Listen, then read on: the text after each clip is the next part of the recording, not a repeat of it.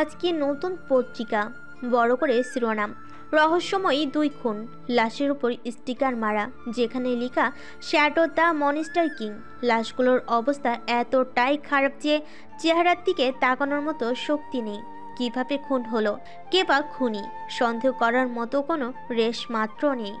Police বাধ্য হয়ে শহরের ছোটখাটো গুন্ডা পান্ডাকে ধরে নিয়ে রিমান্ডে তুলেন পুলিশ কনস্টেবল।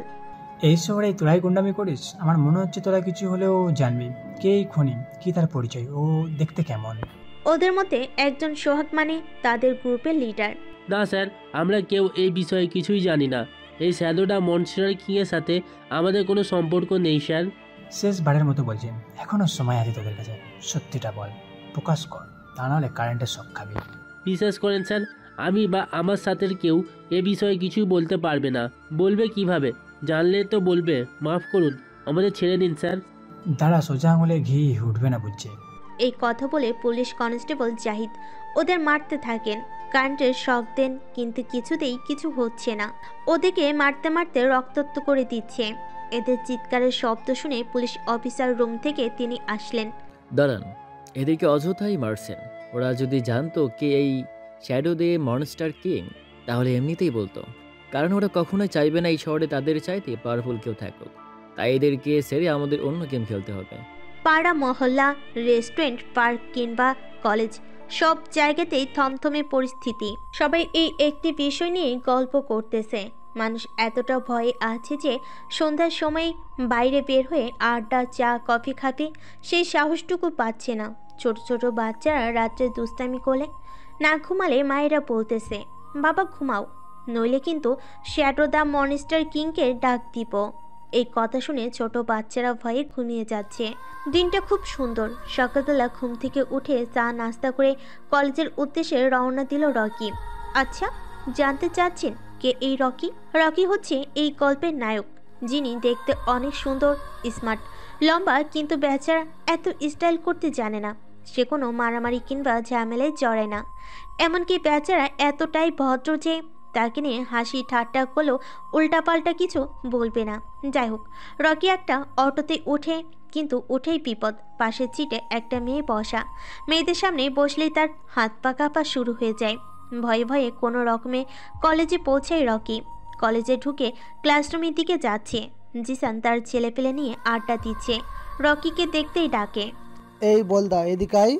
রকি শুনছে না, সে হেঁটে যাচ্ছে। কি রে, এত দেখি ইগো দেখাচ্ছে, যা তো ধরে নিয়ে আয়। ও, জিসানকে বলা হয়নি, সে হচ্ছে মন্ত্রী নারায়ণের একমাত্র ছেলে। বাবার পাওয়ার, টাকা কোনো কিছুর অভাব নেই, তাই আর কি, সেও পাওয়ার দেখায়। জিসান ও একটা ছেলে রকির শার্টের কলার ধরে টেনে নিয়ে আসে। কি রে, তোর দেখি ইগো বেড়ে যাচ্ছে। আমি ডাক দিলাম শুনলি না যে? আসলে আমি একটা প্রশ্ন কম শিখেছি, তাই হেঁটে হেঁটে মুখস্থ করতেছিলাম। ও বাবা, দেখছিস কি মেধাবী ছেলে। আচ্ছা, কি হয়েছে বলো? আর ও আমার কলার ধরলো কেন?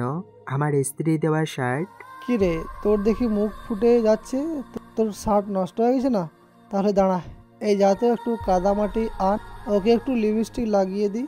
কাদামাটি এনে রকির শার্টের কিছু অংশে মাটি লাগিয়ে দেয়। রকি মুখ বুজে সহ্য করে নেয়। না নিয়ে কোনো উপায় নেই। জিসান মন্ত্রীর ছেলে, তার অনেক লোক, তার সাথে কথায় বাড়ালে জান ও যেতে পারে। তাই রকি কিছু না বলে শার্টের নোংরা অংশ পরিষ্কার করে ক্লাসে চলে যায়। ক্লাসে ঢুকে ফার্স্ট সিটে বসে রকি। ক্লাস স্টার্ট হয় প্রায় 20 মিনিট পর। জিসান আর তার সাথে ছেলেদের নিয়ে ক্লাসে ঢুকে রকিকে ফার্স্ট সিটে দেখে তার রাগ উঠে যায়। তোর সাথে ময়লা দেখা যাচ্ছে, আবার প্রথম সারিতে যা, পেছনে যা। স্যার, আমি ক্লাস শুরু হওয়ার 30 মিনিট আগে ক্লাসে এসে আমি বসি, তখন ক্লাসে কেউ ঢোকেনি, তাহলে আমি কেন যাব পেছনে? স্যার কি করবেন? জিসানের বিরুদ্ধে কিছু বললে পরে কলেজে সমস্যা হতে পারে, তাই স্যার রকির বিরুদ্ধে কিছু বলতে পারবেন না। আচ্ছা রকি, তুমি পেছনে চলে যাও, পেছন থেকে তুমি লেকচার শুনতে পারবে, কোনো সমস্যা হবে না। ক্লাসরুমে স্পিকার আছে তো? রকি পেছনে ছিটে গিয়ে বসে। কিছু তো করার নেই। পানিতে থেকে যেমন কুমিরের সাথে লড়াই করা যায় না, ঠিক তেমনি কলেজে বা এই শহরে জিসানের সাথে কিছু করা যাবে না। স্যার ক্লাস শুরু করে, একজন একজন করে পড়া নিচ্ছেন, কিন্তু আজকে খুব হার্ড পার্ট ছিল, তাই কেউই পড়া শিখতে পারেনি। প্রশ্ন করতে করতে পেছনের সিটে রকিকে দাঁড় করানো হলো। প্রশ্ন করতে রকির সাথে সাথে উত্তর দিয়ে দিল। সবাই অবাক, এত হার্ড প্রশ্নের উত্তর দিয়ে দিল, একটু সময় নিল না। বাহ, অসাধারণ। দেখলে তো সবাই, যিনি যোগ্য সে পেছনে হোক বা সামনে হোক তার প্রতিভা দেখিয়ে দিবে। পরের দিন দিনের বেলায় শহরের সন্ত্রাসীরা তাদের অস্ত্রের কেনাবেচার জন্য এক গভীর জঙ্গলের ভেতর দিয়ে তারা দেখা করে, কারণ তারা পুলিশকে ভয় না পেলেও শ্যাডো দ্য মনস্টার কিংকে ঠিকই ভয় পায়। তারা জানে যেখানে অবৈধ টাকা পাচার, অবৈধ অস্ত্রের বিক্রি হয়, সেখানেই শ্যাডো দ্য মনস্টার কিং উপস্থিত হয়। সন্ত্রাসীদের সদস্য রেহাব বলে, এই শোন, এখানে যদি মনস্টার কিং না কি যে সালা ও যদি আসে, তাহলে আজকে এখানে পুঁতে রেখে দেবো। কথা শেষ করতে না করতেই হঠাৎ করে গাছের উপর থেকে একটা বস্তা পড়ে। মনে হচ্ছে বস্তার ভেতর কিছু একটা আছে। বস্তাটা গড়িয়ে গড়িয়ে সন্ত্রাসীদের পায়ের কাছে এসে থামে। ভয়ে তাদের পা কাঁপতেছে। একজন তো প্যান্ট ভিজিয়ে দিয়েছে অলরেডি। তারা বস্তাকে চেপে ধরে। কমপক্ষে 20 জন হবে, কিন্তু একটা ঝাঁকুনিতে এক একজন এক এক দিকে পড়ে যায়। লম্বা লম্বা চুল, গায়ে স্টিলের ড্রেস ও 6 ফুট উচ্চতা, চেহারা আগুনের মতো লাল, আর চোখের কথা কি বলবো, লাল হয়ে আছে। তাকে দেখে কি আর অস্ত্র হাতে থাকে? এই, আমাকে পুঁতে রাখবি? আমাকে দেখ, ভালো করে দেখ। মোবাইলে আমার পিকচার তুলবি, তোল, কিন্তু কোনো লাভ হবে না। তোরা কাউকে আমার চেহারার বর্ণনা দিতে পারবি না কাউকে আমার পিকচার দেখাতে, কারণ আগামী 5 মিনিটের ভিতরে তোদেরকে শেষ করে দিব। 5 মিনিট তো দূরের কথা, 3 মিনিটের মধ্যেই জায়গা পরিষ্কার, একটা মানুষও জীবিত নেই। কি যে করলো, একটা বোম ব্লাস্ট হলে যেরকম সাথে সাথে সব ধ্বংস হয়ে যায়, ঠিক তেমনই মনে হলো জঙ্গলের ভেতর একটা ধ্বংসলীলা হয়ে গেল। নগদে রক্ত, নগদে খুন, শ্যাডো দ্য মনস্টার কিং এর বড়ই গুনগুন। প্রত্যেকটা লাশের উপর স্টিকার মেরে দেয়, যেখানে লেখা শ্যাডো দ্য মনস্টার কিং। বিশ্বের প্রত্যেকটা দেশের প্রত্যেকটা শহরের মানুষ সকালবেলা ঘুম থেকে উঠে তার ভাবনা থাকে চাকরি, অফিসে যাবে, নিজের খাবার জোগাবে। কিন্তু এই শহর ভিন্ন শিশু থেকে বৃদ্ধ সবাই সকালবেলা নতুন রহস্যময় খুন কয়টি হলো সেটা জানার জন্য আগে একটি পেপার পত্রিকা কিনে নেয়। যত দিন যাচ্ছে পরিস্থিতি ততই ভয়ঙ্কর হচ্ছে।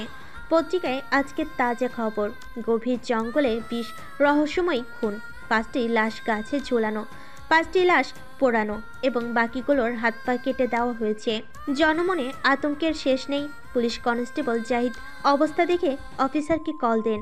কিছুক্ষণের মধ্যেই তিনি সেই জায়গায় হাজির। স্যার, দেখেন অবস্থা। দেখছি। মানুষ মানুষকে মারতে পারে, তাই বলে এভাবে মারবে? শুনো, আমাদের যথেষ্ট ব্যর্থতা রয়েছে।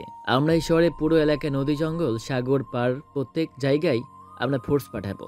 খুনের চেহারা একবার শনাক্ত করতেই হবে। লাশগুলোর পোস্টমর্টেম ব্যবস্থা করো। জনগণ ভাবতেছে এই শহরে আর বাস করা যাবে না।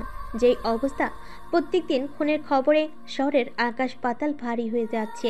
সবচেয়ে বড় বিষয় হচ্ছে শ্যাডো দ্য মনস্টার কিং একজন রক্তে মাংসে করা মানুষ। জনগণরা বলাবলি করতেছে ও কোনো মায়ের সন্তান হতে পারে না, ও একটা জানোয়ার। এদিকে মন্ত্রীর ছেলে জিসানের অত্যাচারে কলেজের স্টুডেন্টরা বিরক্ত।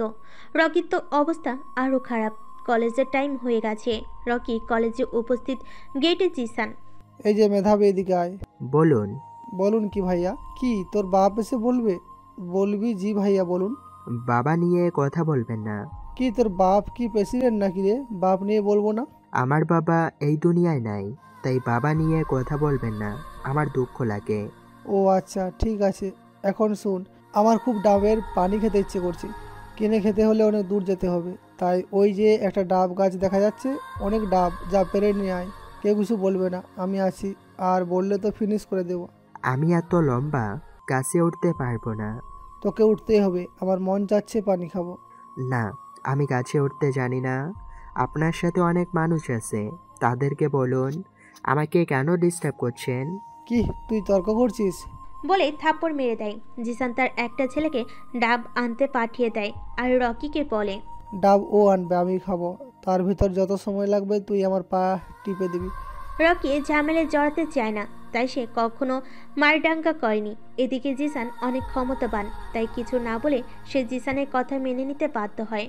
কিছু সময় পর জিসান রকিকে ছেড়ে দেয়। রকি হেঁটে যাচ্ছে, পিছন থেকে একটা মেয়ে ডাক দিল।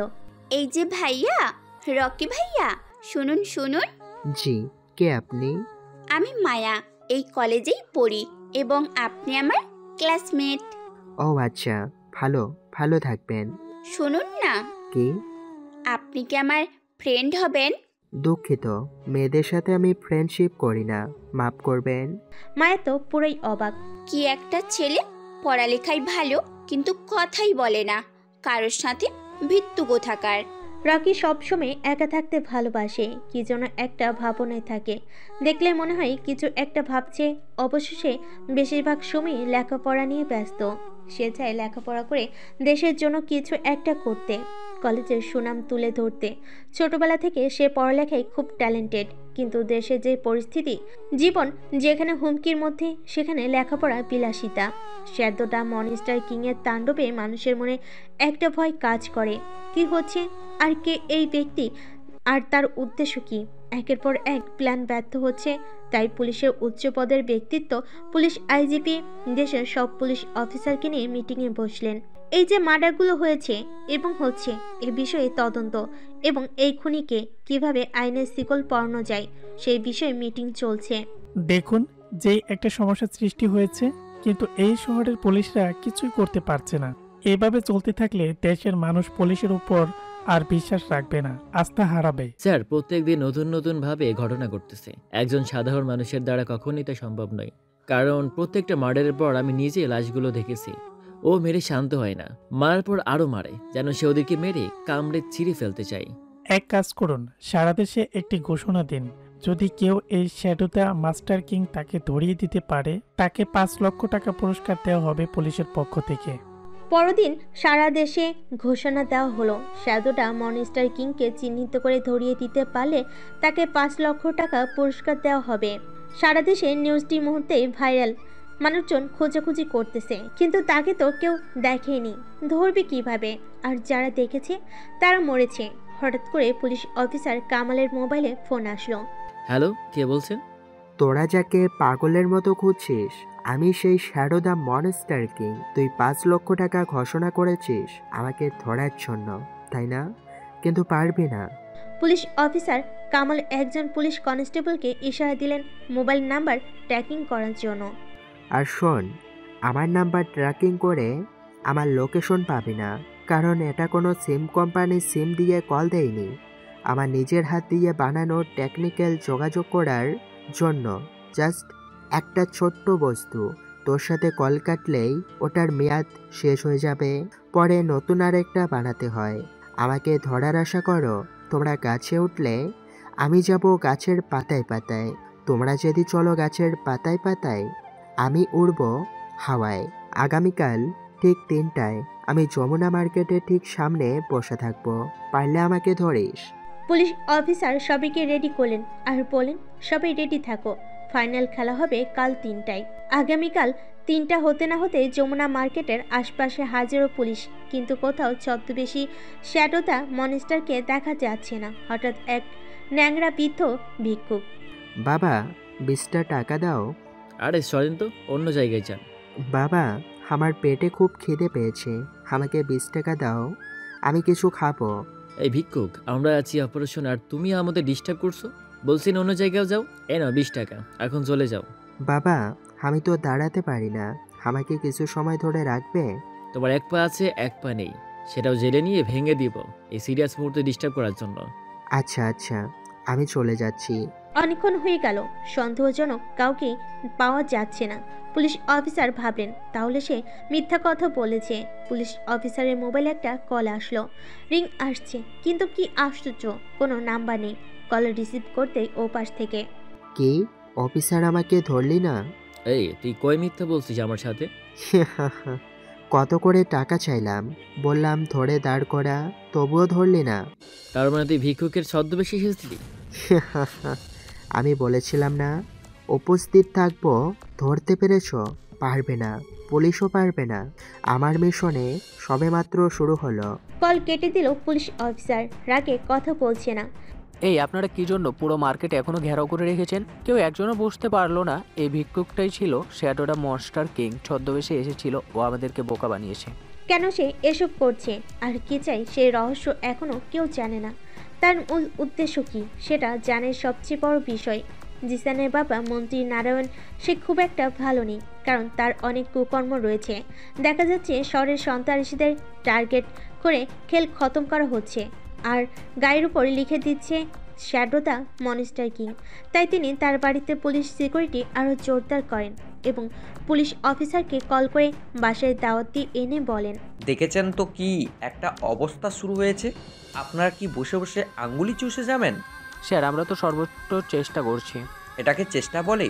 এখনও খুনি কে, কি তার পরিচয়, এমনকি তার চেহারাও আপনারা শনাক্ত করতে পারেননি। একের পর এক খুন সব্বার অবৈধ বিজনেসে লাল বাতি জ্বালিয়ে দিচ্ছি। না জানি কখন আমার কিছুতে হাত দিয়ে দেয়। শুনুন, খুনিকে শনাক্ত করুন, ধরুন, তা না হলে আপনাকে আমি ট্রান্সফার করে দেবো এই থানা থেকেই। সবার মনে ভয় কাজ করতেছে। কখন কার বিপদ চলে আসে বলা যায় না। রাত হয়ে যাচ্ছে, সানসেটটা কি সুন্দর, দেখলেই মন জুড়িয়ে যাবে। তাছাড়া শীতের আগাম ঘটতেছে, ওয়েদারটা এক কথায় অসাধারণ। মায়া বেলকুনিতে বসে চা খাচ্ছে, ঠান্ডা ঠান্ডা ভাব, তার মধ্যে গরম গরম এক কাপ চা। এটা যে কত মধুর শুধুমাত্র চা লাভাররাই জানে। আগামীকালকে কলেজে প্রতিযোগিতা, মায়া রিহার্সেল করতেছে আর তার কাজিন জেইনের সাথে গল্প করতেছে। জানিস জেরিন, আমাদের কলেজে অনেক ছেলে মেয়ে পড়ালেখা করে, কিন্তু সবার ভেতর একটা ছেলে অন্যরকম। কি রকম? ও কথা বলে খুব কম, কারোর সাথে তেমন বন্ধুত্বও নেই, মনে হয় ভীতু টাইপের। তবে মজার বিষয় হচ্ছে কলেজের সবচেয়ে সেরা স্টুডেন্ট সেই। পড়ালেখায় এক্কেবারে 100-তে 100। দেখতেও অনেক কিউট। ইচ্ছে ছিল তার সাথে ফ্রেন্ডশিপ করব, কিন্তু ওই ব্যাটাই মেয়েদের ইগনোরই করে। মায়া প্রতিযোগিতায় 1 নাম্বার হওয়ার জন্য প্র্যাকটিস চালিয়ে যাচ্ছে। প্রতিযোগিতা কী নিয়ে হবে সেটা তো জানা দরকার। প্রতিযোগিতা হবে 3টি ধাপে। 1, সাধারণ জ্ঞানের প্রশ্ন করা হবে, সুন্দর করে 15 সেকেন্ডের মধ্যে সঠিক উত্তর দিতে হবে। 2, বক্তৃতা, সাবলীল ভাষায় বক্তব্য দিতে হবে সমাজের কোনো একটি টপিকের উপর। 3, ডান্স। রাত পেরিয়ে সুন্দর একটি সকাল হলো। সুন্দর সকাল শুধুমাত্র সুন্দর মনের মানুষদের জন্য, কিন্তু সমাজের মানুষের মুখোশধারী ডাকাতদের জন্য 1 সেকেন্ডও শান্তির নয়। কারণ এই শ্যাডো দ্য মনস্টার কিং নামে কোনো একজন আছে। জিসান কলেজে যাওয়ার আগে তার বাবা মন্ত্রী নারায়ণকে বলে যাচ্ছে, বাবা কলেজে গেলাম, দোয়া কর, আজ প্রতিযোগিতা আছে। আচ্ছা বাবা যা, কিন্তু সবসময় মানুষের ভিড়ের মধ্যে থাকিস, একা একা কোথাও যাস না, তোকে আমার অনেক ভয় হয়। কেন বাবা, আমি কি ছোট বাচ্চা? তুই তো জানিস শ্যাডো দ্য মনস্টার কিং নামে একজন সারা শহরের সকল অস্ত্রের কারখানা, অবৈধ টাকা পাচার, অস্ত্র পাচার যারা করে সবাইকে একে একে শেষ করে দিচ্ছি। আমার তো অস্ত্রের অনেক বিজনেস আছে, যদি সেই যেয়ে তোকে কোনো কিছু করে ফেলে তখন আমি বাঁচবো কি করে? আরে বাবা কি যে বলো, এমন কেউ আছে নাকি যে আমার সামনে দাঁড়িয়ে হ্যাডাম দেখাতে পারে? জিসান কলেজে চলে গেল। আরও অনেক ছাত্রছাত্রী আজকে কলেজের 1 ইঞ্চি জায়গা ফাঁকা নেই, কারণ আজকে যে প্রতিযোগিতা আছে এ যেন উৎসবমুখর পরিবেশ। কলেজে উপস্থিত সবচেয়ে পড়ালেখার সেরা পারফর্মার রকিও। কলেজের প্রিন্সিপালের বক্তব্যের মধ্য দিয়ে শুরু হয়ে গেল আজকের প্রতিযোগিতা। নাম দিয়েছে অনেক স্টুডেন্টরা মেডেলিস্ট হবে, তিনি যে হবে 1 নাম্বার বিজয়ী। প্রথমে সাধারণ জ্ঞানের খেলা শুরু হয়, তারপর ডান্স এবং শেষে বক্তব্য। জিসান, মায়াসহ আরও অনেক স্টুডেন্ট অংশগ্রহণ করেন। লাস্ট বক্তব্য রাখবেন কলেজের অন্যতম সেরা স্টুডেন্ট রকি। রকির টপিক রাজনীতি। রাজনীতি এমন একটি বিষয় যা পৃথিবীর অনেক দেশেই চালু আছে। যেই দেশগুলোতে রাজনীতি আছে সেই দেশের জনগণ তাদের ইচ্ছে মতো ভোট প্রদান করে তাদের পছন্দের প্রার্থীকে, এবং তারা সফল ও পান। কিন্তু ভারতীয় উপমহাদেশের রাজনীতিতে ভাইরাস ঢুকে গেছে। আমরা দেখেছি ভারত, পাকিস্তান, বাংলাদেশ এই দেশগুলোতে রাজনীতির ফলে অনেক মা তার সন্তানকে হারিয়েছে, অনেক বোন তার ভাইকে হারিয়েছে, অনেক স্ত্রী তার স্বামীকে হারিয়েছে, অনেক ছেলেই তার বাবাকে হারিয়েছে। আমি রকি বলছি। আমি এমন রাজনীতি চাই না। আমি এমন রাজনীতি ঘৃণা করি যেখানে একটা ছেলে রাজনীতির জন্য তার বাবাকে হারিয়ে তার জীবন নিঃস্ব হয়ে যায়। আমি বিশ্বাস করি যারা রাজনীতির পাওয়ার দেখিয়ে গুম চাঁদাবাজি করে তাদেরকে শেষ করে দিবে এমন শক্তি পয়দা হবে। ধন্যবাদ সকল শ্রোতা ভাই বোনকে। কথাগুলি ভাষণের মতো হবে। রকির বক্তব্য শুনে পুরো কলেজের স্যার ম্যাডাম থেকে শুরু করে ছাত্রছাত্রী সবাই স্তব্ধ। মনে হলো যেন কোনো একজন পাক্কা লেকচারার, কিন্তু না, সে একজন সাধারণ স্টুডেন্ট। 1 ঘন্টা পর ফলাফল ঘোষণা করা হবে। মন্ত্রী নারায়ণকে ইনভাইট করা হলো বিজয়ীকে মেডেল পরিয়ে দেওয়ার জন্য। ফলাফল ঘোষণা করা হলো। ডান্স, প্রশ্ন উত্তর, বক্তৃতা, প্রত্যেকটা সেক্টরে বিজয়ী একজন। তিনি হচ্ছেন কলেজের সবচেয়ে বেস্ট স্টুডেন্ট রকি। সে দেখতে একটু হাবলা হলে ভিতরে মাল আছে, যার কথাই ফুলঝুরি উড়ে। মন্ত্রী নারায়ণ রকির গলায় 3টি মেডেল পরিয়ে দেন। মন্ত্রী নারায়ণের মনটা খুব খারাপ, যেখানে গরিব ঘরের একটা ছেলে বিজয়ী হয়ে গেল, অথচ তার ছেলে রকির ধারে কাছেও নেই। রকির সাথে একমাত্র কিছুটা লড়াই করেছেন সুন্দরী রমণী, যার জন্য কলেজের সবাই মোটামুটি পাগল। তিনি ফেরি গার্ল মায়া।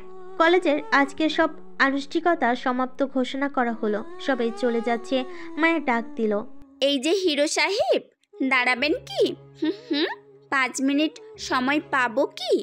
রকি দাঁড়ালো, যেন দেখলে মনে হবে ছেলেটা দুনিয়ার কোনো কিছু জানে না। হাবলা টাইপের, চুলে নেই কোনো স্টাইল, ফুলহাতা সাইজের অনেক বড় শার্ট, পায়ে একটা স্যান্ডেল। কি এই, আপনি কি ধরনের মানুষ শুনি? আপনি কয় বছর ধরে রাজনীতি করেন? আমি রাজনীতি করি না, এসব আমার পছন্দ না। আপনার বক্তৃতা শুনে মনে হলো পাক্কা খেলোয়াড় আপনি। বললাম না আমি এসব কিছু না। আমি একটা মানুষ যার সকালে খেলে দুপুরে কি দিয়ে খাবো সেটা ভাবতে হয়, বুঝলেন? এই যে শার্ট দেখেছেন, এটা ছিঁড়ে গেলে আর একটা কি দিয়ে কিনবো আমি জানি না, বুঝলেন? আপনাদের মতো আমি এত সুখী না। আমার অনেক কিছু নিয়ে টেনশন করতে হয়। চলেন চটপটি খাই। মেয়েদের সাথে বসে চটপটি ফুচকা খাওয়া আমি পছন্দ করি না। মেয়ে মানুষকে আমি সম্মান করি, তবে এসব একসাথে হাঁটা, বেড়ানো, আড্ডা আমার পছন্দ না। আমি এসবে জড়াতে চাই না। রকি মায়াকে পাত্তা দিল না। রোমান্টিকতা কি জিনিস সেটা আবার কি রকি হয়তো তা জানেই না। তাছাড়া মেয়েদেরকে সে অ্যালার্জি মনে করে। সে একমাত্র লেখাপড়া নিয়ে ব্যস্ত। রকির সামনে দাঁড়িয়ে জিসান। লজ্জায় মাথা কাটা গেল। সুনামধন্য একটা কলেজ, এত বড় আয়োজন, আর মেডেলিস্ট কে হলো? হাবলা খাত কোথাকার ছোট লোক একটা। রকি কিছু বলছে না, বলারও নেই এই জুলুমবাজের বিরুদ্ধে। কুত্তার গলায় ডায়মন্ড না, এসব মানায় না। এই মেডেলগুলো খুলে ফেল। কেন? এগুলো আমি নিজ যোগ্যতায় জিতেছি, আমি কেন খুলবো? আরে আমার যোগ্য রে। এই তোর কি যোগ্য আছে রে? এক থাপ্পড় খেলে দুনিয়া ভুলে যাবি, আবার যোগ্য আসছে খুল বলছি? তোর গলায় মেডেল থাকলে মেডেলের অপমান হবে। রকি মেডেল খুলছে না, কিছু বলছে না, নিচের দিকে তাকিয়ে আছে। জিসান জোর করে টান মেরে মেডেলগুলো ছিঁড়ে ফেলে পাশের পুকুরে ছুঁড়ে ফেলে দেয়। রকি চোখ লাল হয়ে গেছে, ঠোঁট কামড়াচ্ছে, কিন্তু কিছু করার নেই। হুট সালা। কলেজের ভেতরে এরকম অপমান বোধই আগে কেউ হয় নাই। এই অত্যাচারের শেষ কোথায়? যার পাওয়ার আছে, ক্ষমতা আছে, তার অন্যকে গোলাম মনে করে। তাই চোখে পানি নিয়েই রকি বাসায় ফিরল। বাসায় ফিরো আজ রকি খুব দুঃখিত। কত কষ্ট করে অর্জন করেছিল, অথচ সে তার কাছে পাওয়া মেডেলগুলো ধরে রাখতে পারল না। আর সে ভাবল ক্ষমতাবানরা গরিবদের মানুষই মনে করে না, এজন্য তাদের জন্য শ্যাডো দ্য মনস্টার কিংই ঠিক আছে। পরের দিন সকালবেলা, তবে আজ মনস্টারের হাতে কেউ মারা গেছে এরকম কোনো খবর আসেনি। সন্ত্রাসীদের গডফাদাররা মোটামুটি শান্তিতে, কারণ কোনো দুঃসংবাদ শুনতে পায়নি। কিন্তু আজ আরেক অপ্রীতিকর ঘটনা। হাসিম সুপার শপিং মলের ঠিক সামনে বরাবর একটা ব্যানার টাঙানো, যেখানে লেখা আজ দুপুর 2টায় এই অবৈধ টাকার হাসিম সুপার শপিং মলকে উড়িয়ে দেওয়া হবে। সাধারণ জনগণ না যাওয়ার জন্য অনুরোধ করা হলো। নিচে ছোট্ট করে লেখা, shadow the monster king. Hashim super shopping মলের মালিক হাসিমের কাছে ফোন। হাসিম টেলিফোনে রিং শুনে কল রিসিভ করার মতো শক্তি পাচ্ছে না। ফোন হাতে নিয়েই দেখলো কলটার নাম্বারবিহীন। তখন সে আরও কেঁপে উঠল। এ কি আজব ঘটনা! নাম্বার ছাড়া আবার কল আসে কি করে? হ্যালো, কে বলছেন? তোর জম। কে রে তুই? তুই কে? বল, কি চাস আমার কাছে? তেমন কিছু না, আজ দুপুর 2টায় তোর শপিং মল আমি উড়িয়ে দেব। এই না, এটা থেকে মাসে আমার কয়েক লক্ষ টাকা ইনকাম হয়। তুই কি টাকা চাস? আমি দেব, সমস্যা নেই। অন্যের টাকা মেরে যখন শপিং মল বানিয়েছিলি তখন তো অন্যজন দুঃখে পেয়েছিল, আর আমাকে টাকার লোভ দেখাস। শোন, আমি চাইলে পৃথিবীর সব টাকা আমার বানাতে পারি, কিন্তু আমি তোদের মতো কুত্তা না। Good bye. মানুষজন শপিং মল থেকে হুড়োহুড়ি করে বের হয়ে গেলেন। সবাই অপেক্ষা করতেছে দুপুর 2টায় কি না কি হবে। কেউ সঠিক খবর জানে না এবং কি হতে চলেছে প্রত্যেকটা মানুষ অপেক্ষায়। হাজারো সাংবাদিক উপস্থিত, লাইভ চলছে 1 ঘন্টা আগ থেকে। এমনকি গ্রামগঞ্জের মানুষেরা টিভিতে লাইভ দেখতেছে। কি হবে ভেবে অপেক্ষায় পুলিশরা ভাবতেছে হয়তো সে সশরীরে উপস্থিত হবে, কিন্তু একজন মনিস্টার কি আর কখনো বোকা হয়? অবশ্যই সে চালাকদের থেকেও চালাক। ঠিক 1:55 বাজে। শপিং মলের মালিক হাসিমের মাথায় হাত। সাংবাদিকরা লাইভ ধরে আছে, মানুষজন লাইভ দেখতেছে। বেলা 1:59 বাজার সাথে সাথে একটা শব্দ হলো। পুরো শহর তত্তর করে কাঁপছে। ধোঁয়ায় অন্ধকারাচ্ছন্ন। 3-4 মিনিট পর ধোঁয়া কমতে দেখা যায় হাসিমের অবৈধ টাকার সুপার শপিং মল মাটির সাথে মিশে গেছে। সবচেয়ে আশ্চর্যজনক বিষয় কি জানেন? শ্যাডো দ্য মনস্টার কিং সেখানে উপস্থিত ছিল। হ্যাঁ, আমি ঠিকই বলছি। হাজারো সাংবাদিকের ভিড়ে সেও সাংবাদিকের ছদ্মবেশে একটা ক্যামেরা নিয়ে দাঁড়িয়েছিল। তাকে তো চেনার কোনো উপায় নেই, কারণ এই গ্রহের কেউ এখনো দেখেনি শ্যাডো দ্য মনস্টার কিং দেখতে কেমন। হ্যাঁ, তার নিজের বানানো ক্যামেরা দিয়ে করা ভিডিও সে পুলিশ অফিসারের মোবাইলে পাঠালো এবং কল দিল। কি অফিসার সাহেব, দেখেন তো, জীবনে কোনো ক্যামেরার ভিডিও এত ক্লিয়ার হতে দেখেছেন? জানি দেখেন নাই। আরে, এটা আমার বানানো ক্যামেরা। এই ক্যামেরার মতো উন্নত প্রযুক্তি ব্যবহার করে ক্যামেরা বানাতে গেলে সাধারণ মেকানিকদের আরও 50 বছর খেতে হবে। আর শুনুন, আমি সাংবাদিক হিসেবে নিজেই উপস্থিত ছিলাম, ওখানে দাঁড়িয়ে ক্যামেরা দিয়ে লাইভ করতেছিলাম, আর আমি নিজেই রিমোট সুইচ দিয়ে বম ব্লাস্ট করেছিলাম। মায়ের দুধ খেয়ে থাকলে সামনে এসে পরিচয় দিস। দিব, খুব শীঘ্রই দিব। তবে দেখা দিব যেদিন আমার ইচ্ছে হবে সেদিন, তবে সকল অপরাধীকে শেষ করে। তুই কিন্তু আইন নিজের হাতে তুলে নিচ্ছ, তার পরিণতি খুব ভয়াবহ। কোথায় থাকে আপনার আইন যখন ওরা জনগণের টাকা মেরে দেয়? কোথায় থাকে আপনার আইন যখন হাশেমের লোকেরা নিরীহ বোনদের ধরে নিয়ে যায়, পরে মেয়েরা আত্মহত্যা করে? আপনি যদি আমার কথার জবাব দিতে পারেন তাহলে আমি এক্ষুনি আত্মসমর্পণ করব। কি পারবেন তো? পুলিশ অফিসার নিশ্চুপ হয়ে আছেন, কিছু বলে নেই। কারণ যখন ক্ষমতাশীল প্রভাবশালীরা অন্যায় করে তখন তিনি নিজেও দেখেও না দেখার ভান করে থাকেন। তাই ওনার কাছে কোনো জবাব এই মুহূর্তে নেই। কি কথা বলছেন না যে? জানি আপনার কাছে কোনো উত্তর নেই, তাই আমার কাছে কোনো বাধা দেবেন না। আমার কাজ আমাকে করতে দিন। আসলে এই সমাজে ভদ্রলোকের দরকার আছে, কিন্তু তার পাশাপাশি একটু ঘাটতেরা মানুষেরও প্রয়োজন।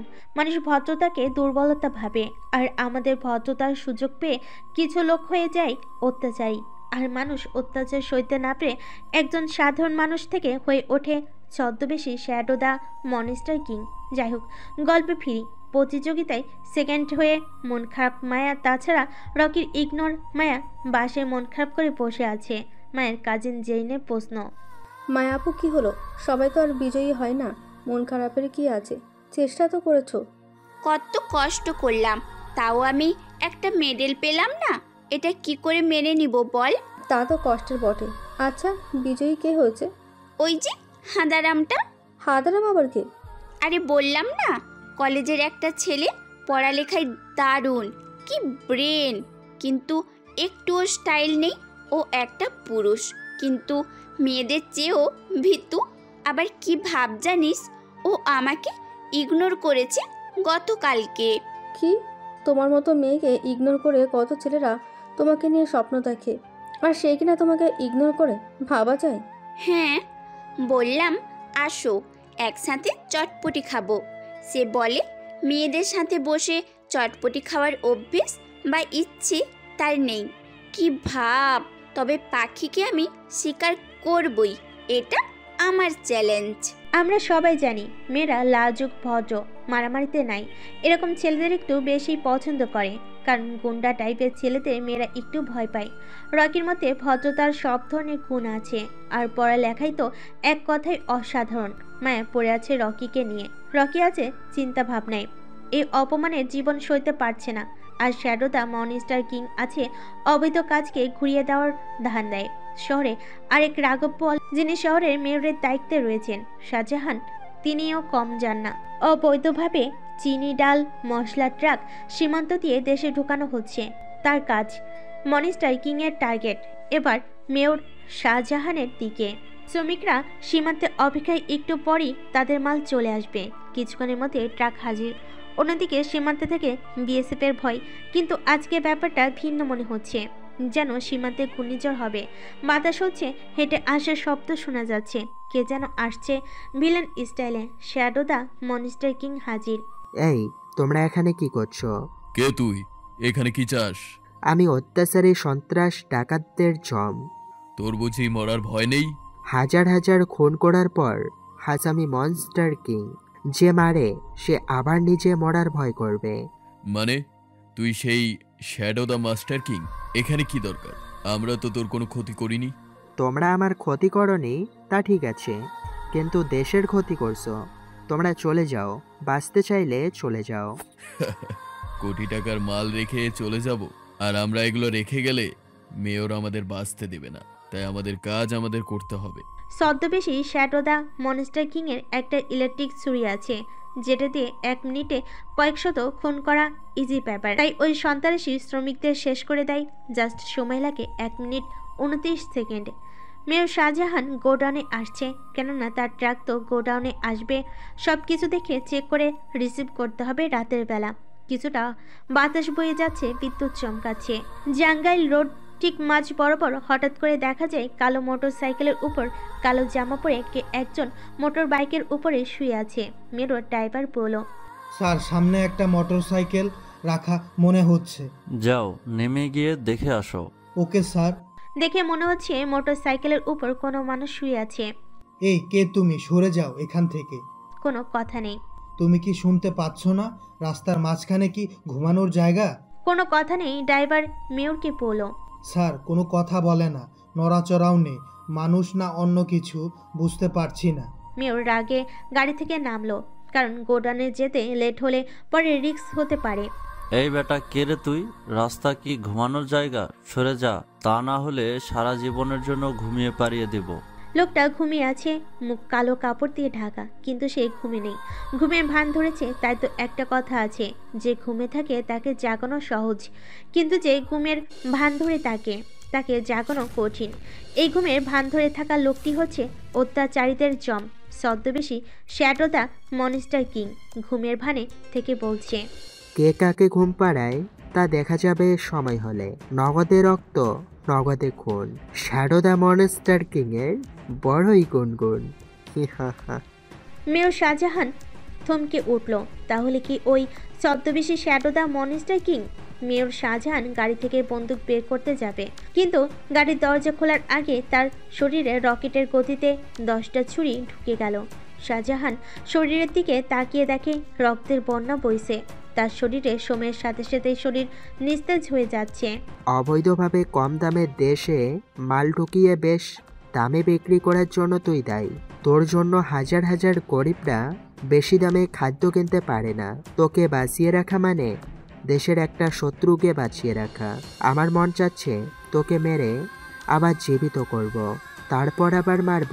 এইভাবে কয়েক লক্ষ বার তোকে মারতে পারলে আমি মনে শান্তি পেতাম। আর এটাও মনে রাখ, তোর সাথে খুব শীঘ্রই তোর বন্ধুদের দেখা করাবো, সুযোগ আমি করিয়ে দেব। মেয়র শাহজাহানের খেল খতম। গায়ের উপর sticker shadow the monster king. রক্ত, আমার আরও রক্ত চাই। রক্তের নদী বয়ে যাচ্ছে, এরকম সিন আমি দেখতে চাই। তার মুখ এখনো কালো কাপড় দ্বারা ঢাকা, চোখে কালো সানগ্লাস। সে মুখ খুলেনি, মুখ খুলে ড্রাইভার দেখে ফেলবে। ড্রাইভার ভয়ে দৌড়ে পালাচ্ছিল।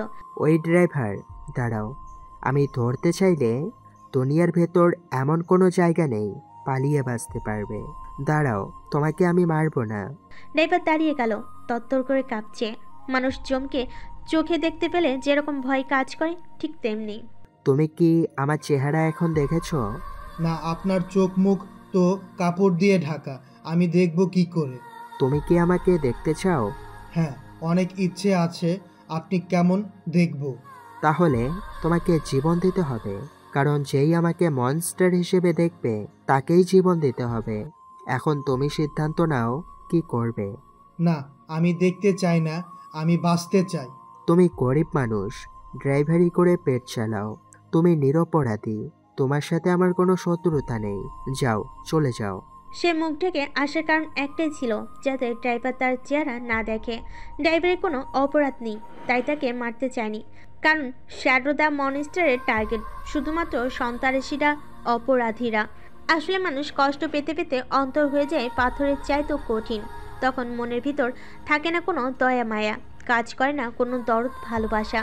যখন নিজের লোককে চোখের সামনে লাশ হতে হয়, তখন থেকেই প্রতিশোধের নেশায় মানুষ হয়ে যায় রক্ত পিপাসু। টিভি, ফেসবুক, ইনস্টাগ্রাম সব জায়গায় মেয়র শাহজাহানের খুনের নিউজ পুরো দেশে ভাইরাল টপিক।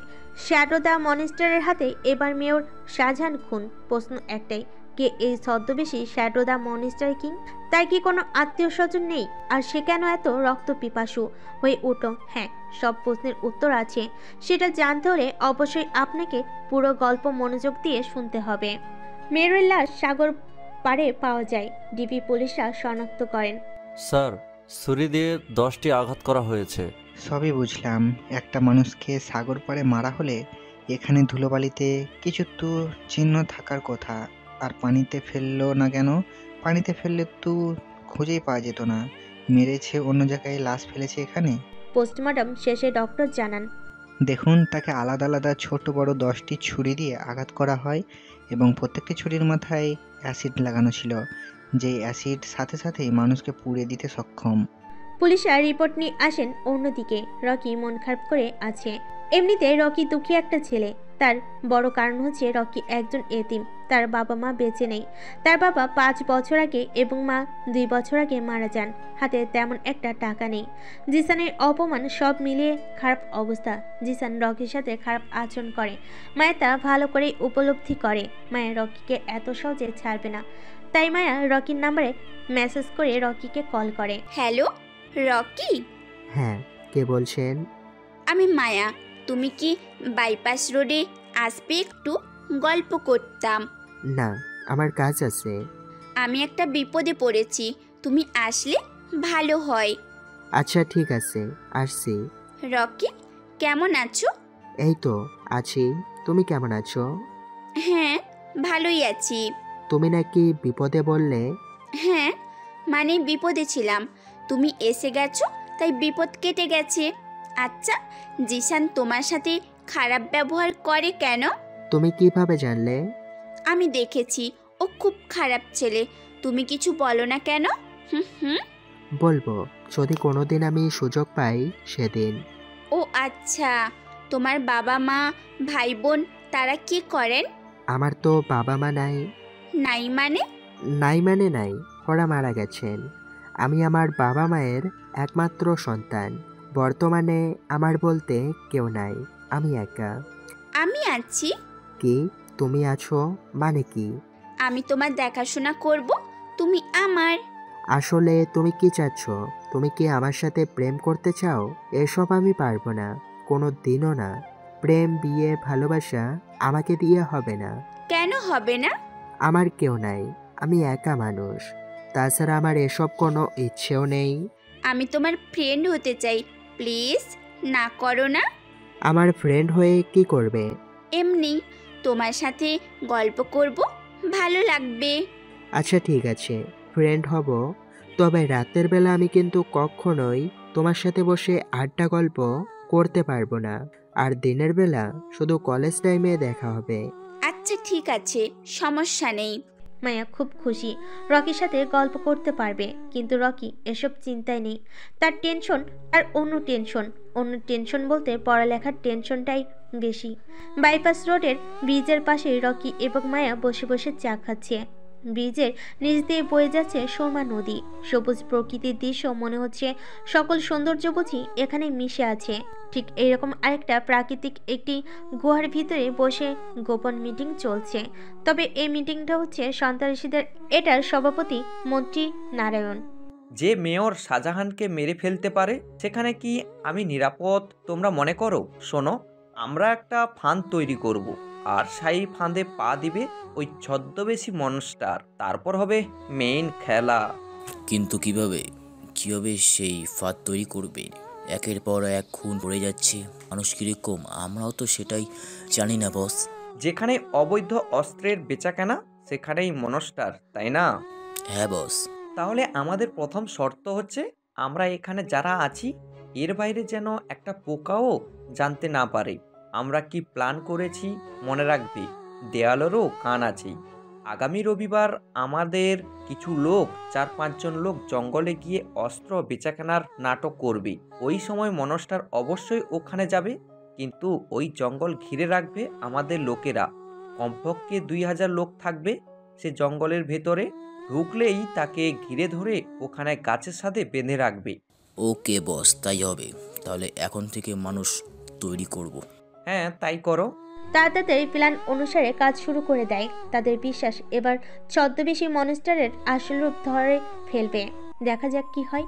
প্ল্যান অনুযায়ী রবিবার দুপুরে সময় বেলা আনুমানিক 2 ঘটিকা হবে। 4 জন লোক গভীর জঙ্গলের ভেতরে ঢুকে অস্ত্র বিক্রির অভিনয় করছে, আর পুরো জঙ্গল ঘিরে আছে হাজারো অস্ত্রধারী সন্ত্রাসীরা। মনে হচ্ছে তারা একটা রাষ্ট্রের বিরুদ্ধে যুদ্ধ করবে বলে প্রস্তুতি নিচ্ছে, অথচ মানুষ মাত্র একজন। অনেক অপেক্ষার পর ছদ্মবেশী শ্যাডো মনস্টারে দেখা মিলছে না। প্রায় সন্ধ্যা নেমে আসলো, তবুও তার দেখা নেই। তারা ফিরে যেতে শুরু করলো, কিন্তু এর মধ্যে অবাক করার কাণ্ড ঘটে গেছে। জুবেলকে খুঁজে পাওয়া যাচ্ছে না। সন্ত্রাসী জুবেল, যিনি এই অপারেশনের লিডার ছিল, পুরো জঙ্গল খুঁজেও কোথাও দেখা মিলছে না। জঙ্গল থেকে বের হয়ে খোঁজাখুঁজি শুরু করলে আচমকাভাবে একটি খাদে সন্ত্রাসী জুবেলের লাশ পাওয়া যায়। কিভাবে তার এই রহস্যজনক মৃত্যু ঘটল তাহলে শুনুন। জুবেল সিগারেট খাচ্ছিল। একজন কাঠুরিয়া তাকে ডাক দেয়। এই যে ভাই, আমাকে একটু সাহায্য করবেন? কি সাহায্য? একটু এদিকে আসুন। কি, কোথাও যেতে পারবো না? আরে হুট করে এখান থেকে আমি এক জরুরি কাজে এসেছি। ওই যে দূরে একটা খাদ আছে, ওই খাদের কিনারায় 1 বস্তা টাকা কে জানি ফেলে গিয়েছে। আমি ভয়ে তুলিনি, যদি পুলিশ অ্যারেস্ট করে ফেলে, তাই তোমাকে বলছি একটু আসতে। কি, বস্তা টাকা? সত্যি? হ্যাঁ, খাদের কিনারায় গেলেই দেখতে পাবেন। প্রায় 5 মিনিট হেঁটে খাদের কিনারে একটি বস্তা। বস্তার মুখ খুলুন। খুশিমনে জুবেল বস্তার মুখ খুলতেছে। বস্তাটি মুখ খোলার সাথে সাথে ঠাস করে একটা বিকট সাউন্ড হয়। সে 10 হাত দূরে কি উড়ে পড়ে। রাস্তায় বোম রেখে তুই টাকার কথা বললে আমাকে মেরে ফেলতে চাইছিলি? দাঁড়া, তোকে এখনই কেল্লাফত করে দিচ্ছি। দাঁড়া, আমাকে মারার আগে যাকে খোঁজার জন্য এখানে এসেছিস সে কে তা তো জানবি। তুই কি করে জানিস? তাহলে মন ভরে আমাকে দেখে নে। চোখে ঘুম নেই, মনে শান্তি নেই, মাথা ভর্তি চিন্তা, যার জন্য সেই শ্যাডো দ্য মনস্টার কিং এখন তোর সামনে দাঁড়িয়ে। মনে পড়ে কয়েক বছর আগে কোনো এক রাজনীতিবিদকে হত্যা করা হয়, যেখানে তুই ছিলি অন্যতম। আমার আদালতে আমি ব্যারিস্টার, আমি জর্জ, আমি সাক্ষী। খুনের বদলা খুন, এই মর্মে তোকে মৃত্যুদণ্ড দেওয়া হলো। এই বলে সন্ত্রাসী জুবেলের ঘাড় মটকে দিয়ে মাথা বরাবর গুলি চালায় শ্যাডো দ্য মনস্টার কিং। শরীরের স্টিকার মেরে পানিতে ফেলে দিয়ে চলে যায়। একবার এক ছোট বড় মাফিয়াকে শেষ করে দিচ্ছে। এ যেন অপরাধ মুক্ত একটি শহর করার চ্যালেঞ্জ। ওরা জুবেলকে মৃত পেয়ে মন্ত্রী নারায়ণকে কল করে জানায়, ওকে ওখানেই পুঁতে আয়। পুলিশকে জানিয়ে কোনো লাভ হবে না। এই পুলিশরা ওর একটা চুলও নাড়াতে পারবে না। এসব পুলিশ থেকে আমার বিশ্বাস উঠে গেছে। বাবা কি হয়েছে? তুমি কোলে কার সাথে কথা বলছো? তুই তো জানিস বাবা, ওই শ্যাডো দ্য মনস্টার একজন করে সবাইকে শেষ করে দিচ্ছি। আজকে জুবেলকেও মেরে ফেলছি। আমার মনে হয় ও আমাদের উপরও আক্রমণ করতে পারে। বাবা, আমি যদি ওই শালাকে একবার কাছে পেতাম তাহলে। না বাবা, ওর সাথে তুই পারবি না। ও অনেক ডেঞ্জারাস। ওকে সিস্টেমে কিছু করতে হবে। বাপ-ছেলের কথোপকথন করছেন। আলাপের মধ্যে কল করে মন্ত্রী নারায়ণের বিজনেসের ম্যানেজার। জিসান কল রিসিভ করে। স্যার বলছেন? হ্যাঁ বাবা, সামনেই আছেন, কি বলবেন বলুন। ও জিসান স্যার, শিল্পপতি আরাব সাহেব মন্ত্রী স্যারের ঘনিষ্ঠ বন্ধু, তিনি এই মুহূর্তে খুন হয়েছেন শ্যাডো দা মনস্টারের হাতে। জিসান খবরটি শুনে কল কেটে দেয়। তার বাবার দিকে তাকিয়ে আছে, কিভাবে খবরটি জানাবে বুঝতে পারছে না। বাবা, তোমার বন্ধু শিল্পপতি আরাফাত সাহেব। কি হয়েছে? সে নাকি খুন হয়েছে, ম্যানেজার এখন তাই বললেন। ওই ছদ্মবেশী শ্যাডো দা মনস্টার তাকে মেরে ফেলেছে।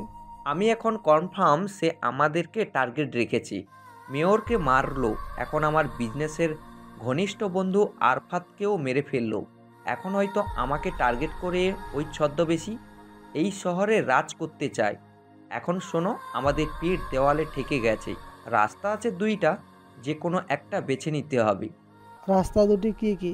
হয় এই শহর ছেড়ে চলে যেতে হবে, আর যদি তাকে প্রতিরোধ করতে চাই তাহলে শক্ত হতে লড়াই করতে হবে। শহর ছাড়ার প্রশ্নই আসে না, আমরা ওকে প্রতিরোধ করব, প্রয়োজন হলে স্পেশাল বডিগার্ডের ব্যবস্থা করব। সাংবাদিকরা পুলিশের কাছে এই খুন সন্ত্রাসীর বিষয়ে জানতে চায়। স্যার, দেশের অন্যতম শিল্পপতি আরাফাত সাহেবকেও হত্যা করে ফেলল ছদ্মবেশী শ্যাডো দ্য মাস্টার্স। এই মুহূর্তে আপনাদের পদক্ষেপ কি? আমরা সর্বোচ্চ চেষ্টা চালাচ্ছি, যত তাড়াতাড়ি সম্ভব আমরা তাকে অ্যারেস্ট করে দেশের মানুষের কাছে তার চেহারা প্রকাশ করব। আপনারা অনেকদিন ধরেই বলছেন চেষ্টা চালাচ্ছেন, কিন্তু কিছুই করতে পারছেন না। জনগণ কি তাহলে ধরে নিবে পুলিশ বড় সন্ত্রাসীদের কিছুই করতে পারে না? আপনাদের এই মুহূর্তের পদক্ষেপ আমাদেরকে জানান। আমরা একটি স্পেশাল টিম গঠন করেছি, সেই টিমের নাম হচ্ছে টিম ইগল। হেড যিনি থাকবেন সে এই দেশের সবচেয়ে দক্ষ ও চালাক অফিসার। জীবন সে চ্যালেঞ্জ নিয়েছে, শ্যাডোডা মনস্টারকে জনসমক্ষে আনবে, তাই সবাইকে ধৈর্য ধরার অনুরোধ। ইতিমধ্যে স্পেশাল টিম ইগল প্রস্তুতি নিয়েছে তাদের অপারেশন শুরু করার জন্য। তাদের হেড অফিসার জীবন শহরে পা রেখে একটি নর্মাল রেস্টুরেন্টে নাস্তা করার জন্য ঢুকেন। মজার বিষয় হচ্ছে এই রেস্টুরেন্টের ভিতরে বসে নাস্তা করছে শ্যাডো দা মনস্টার কিং। তবে তার চেহারা দেখলে মনে হবে একজন সাধু বাবা বা কবিরাজদের মতো এইরকম বেশে। রেস্টুরেন্টের ভিতর অনেক ভিড়। শ্যাডো দা মনস্টার কিংয়ের পাশে একটি চেয়ার খালি। অফিসার জীবন সেখানেই বসলো। সাধারণত আমরা রেস্টুরেন্টের ট্রেনে বাসে সামনাসামনি সিটে অচেনা দুজন বসলে আস্তে আস্তে গল্প শুরু করে দেই, ঠিক তেমনি। চাচা, একটু ওদিকে সরেন, আমার ব্যাগটা একটু রাখবো। হ্যাঁ আচ্ছা, কে আপনি? আমি তো সবসময় এখানে খাওয়া দাওয়া করি, আপনাকে তো আগে কখনো দেখিনি, মনে হয় অন্য জায়গা থেকে এসেছেন। হ্যাঁ, আমি এই শহরে নতুন। যে আপনাদের আরামের ঘুম হারাম করে দিয়েছে, আতঙ্ক হয়ে দাঁড়িয়েছে, আমি তাকে ধরতে এসেছি।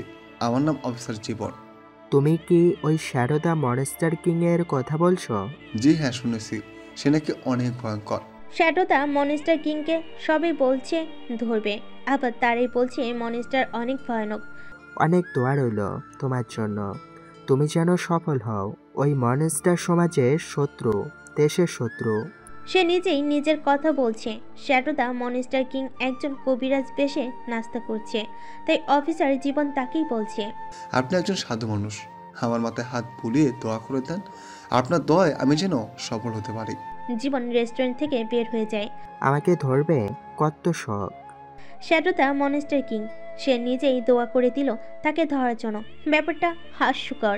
অফিসার জীবন টিম ইগলকে নিয়ে সব ধরনের কার্যক্রম শুরু করে দিয়েছেন।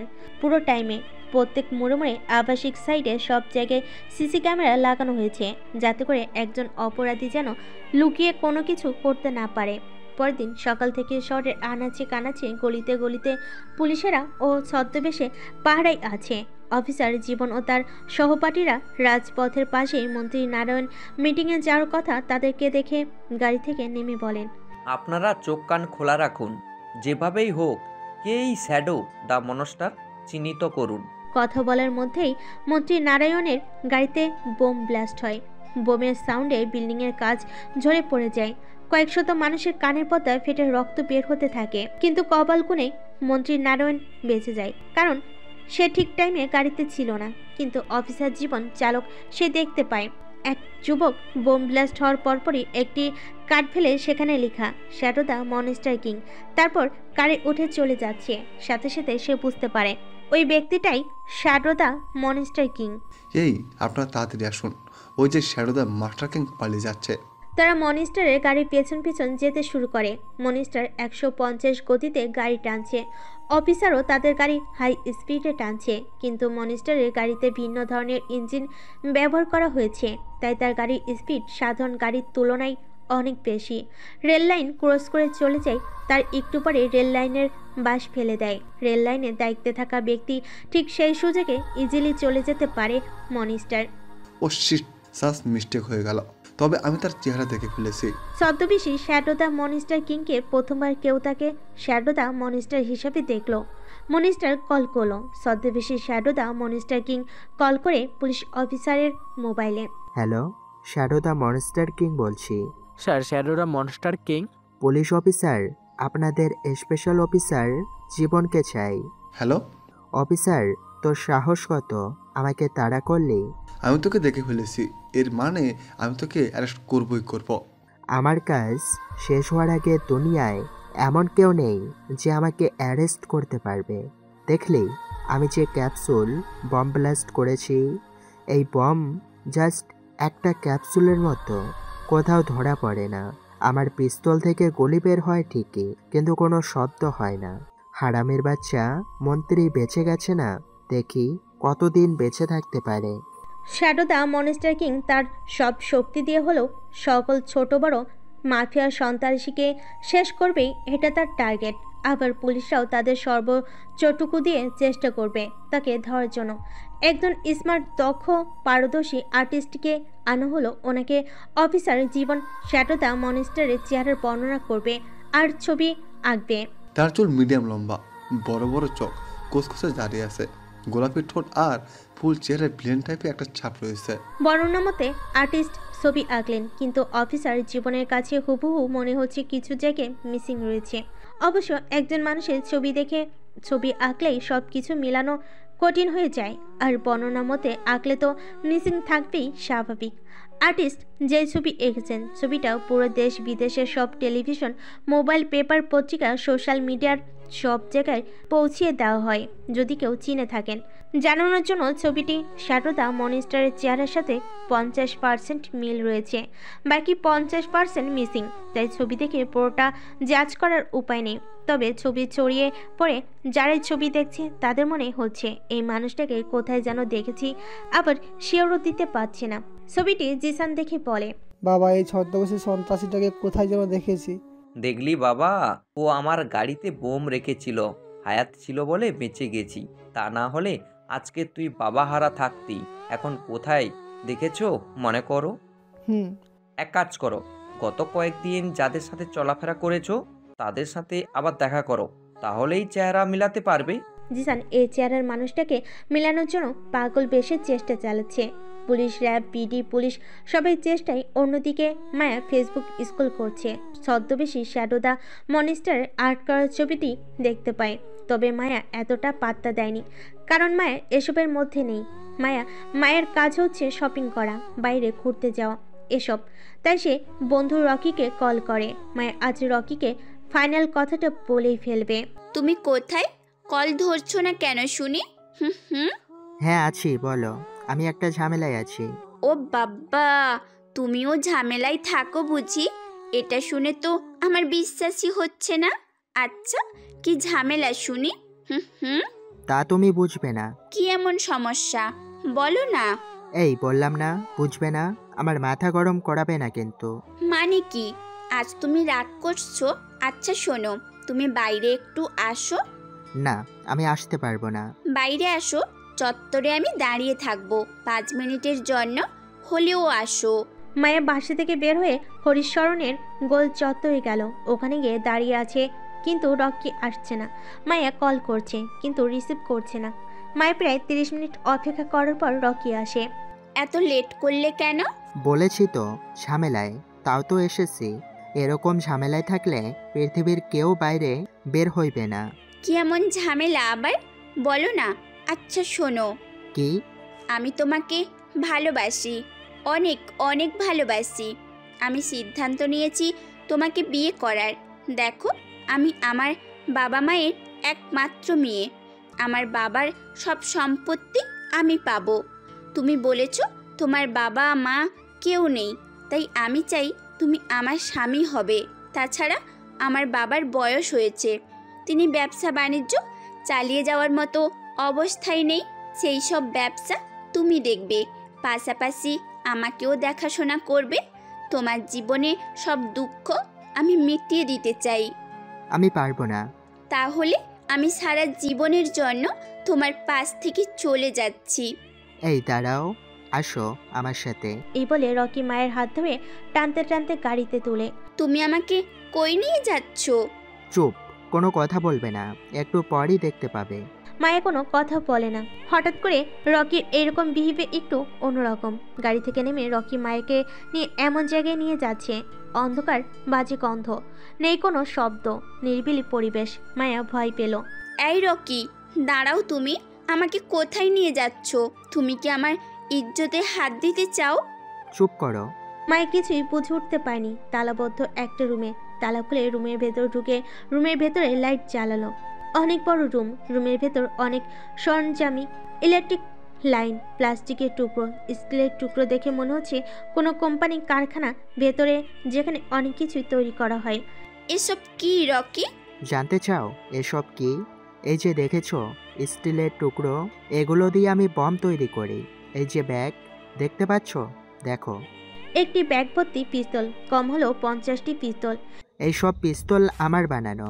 আসো দেখো, এই দেখো শত শত ছুরি, এগুলো সব আমার। তোমাকে আরেকটা জিনিস দেখাই। এই বেলা পেছনের আরেকটি রুমে গেল, যে রুমে শত শত মানুষের ফটো টাঙ্গানো, কিছু ছবির উপর ক্রস চিহ্ন দেওয়া, আবার কিছু ছবিতে কোনো কিছু লেখা নেই। দেখো দেখো, যাদের ছবিতে ক্রস চিহ্ন দেওয়া তাদেরকে আমি নিজ হাতে দিয়ে খুন করেছি, আর যাদের ছবিতে এখনো ক্রস দেইনি তাদেরকে খুন করব, খুঁজতেছি। এই নিয়ে আমি 1000-এর উপর খুন করেছি। আমার প্রশ্ন হলো, এই সব শোনার পরেও কি তুমি আমাকে ভালোবাসবে? তুমি মানুষ না, জানোয়ার। তোমাকে দেখে আমি ভদ্র ছেলে মনে করেছিলাম, আর সেই তুমি নাকি একটা সন্ত্রাসী। হ্যাঁ, আমি খুনি, আমি হত্যাকারী, আমি সন্ত্রাসী। আমার আর একটা পরিচয় আছে, শুনতে চাও? কি? Shadow the monster king. কি? তুমি ছদ্মবেশী শ্যাডো দ্য মনস্টার? হ্যাঁ হ্যাঁ, এই রকি হচ্ছে ভয়ঙ্কর সমাজের আতঙ্ক, ছদ্মবেশী শ্যাডো দ্য মনস্টার কিং। মায়া ভয়ে কান্না করতে শুরু করে। তুমি ভয় পাচ্ছ কেন বোকা মেয়ে? আমি তোমার কোনো ক্ষতি করব না।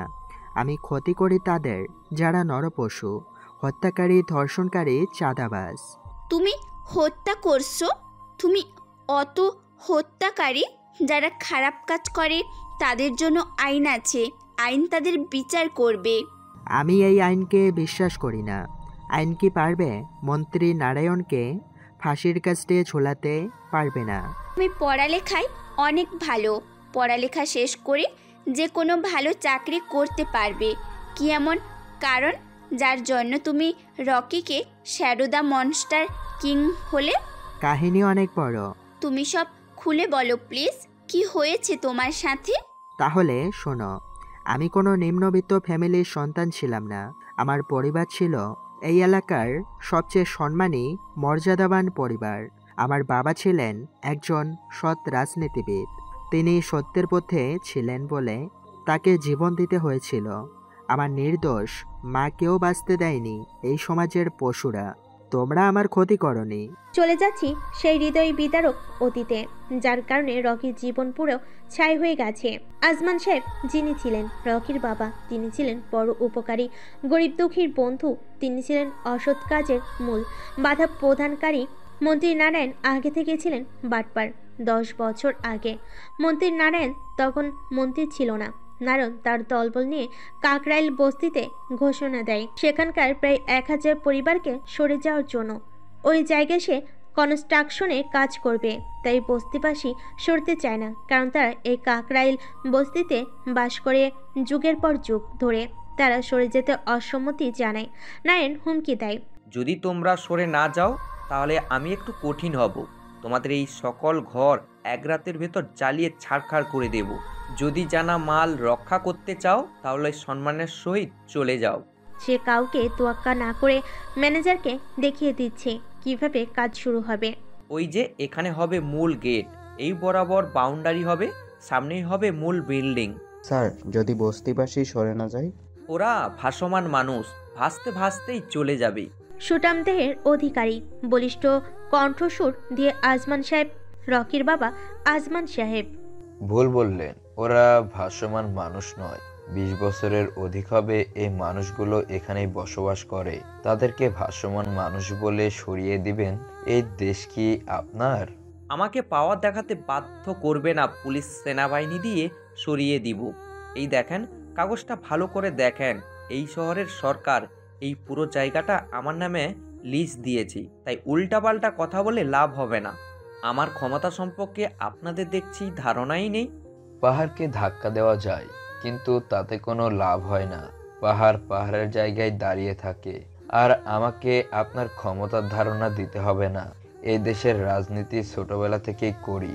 আপনাদের মতো গরিব দুঃখের সাথে ক্ষমতা দেখায় না। আমি কথা বলবো না, কাগজ কথা বলবি। কাল থেকে এখানে কন্ট্রাকশনের কাজ শুরু করবে আমার লোক। কাগজ আমার কাছেও আছে, দেখেন ভালো করে দেখেন। কিসের কাগজ? হাইকোর্ট থেকে করিয়ে আনা স্টে অর্ডার। শোনো বস্তিবাসী, এরকম অবৈধ টাকার সন্ত্রাসীরা গরিবদের টার্গেট করলে রক্ত চুষে খায়।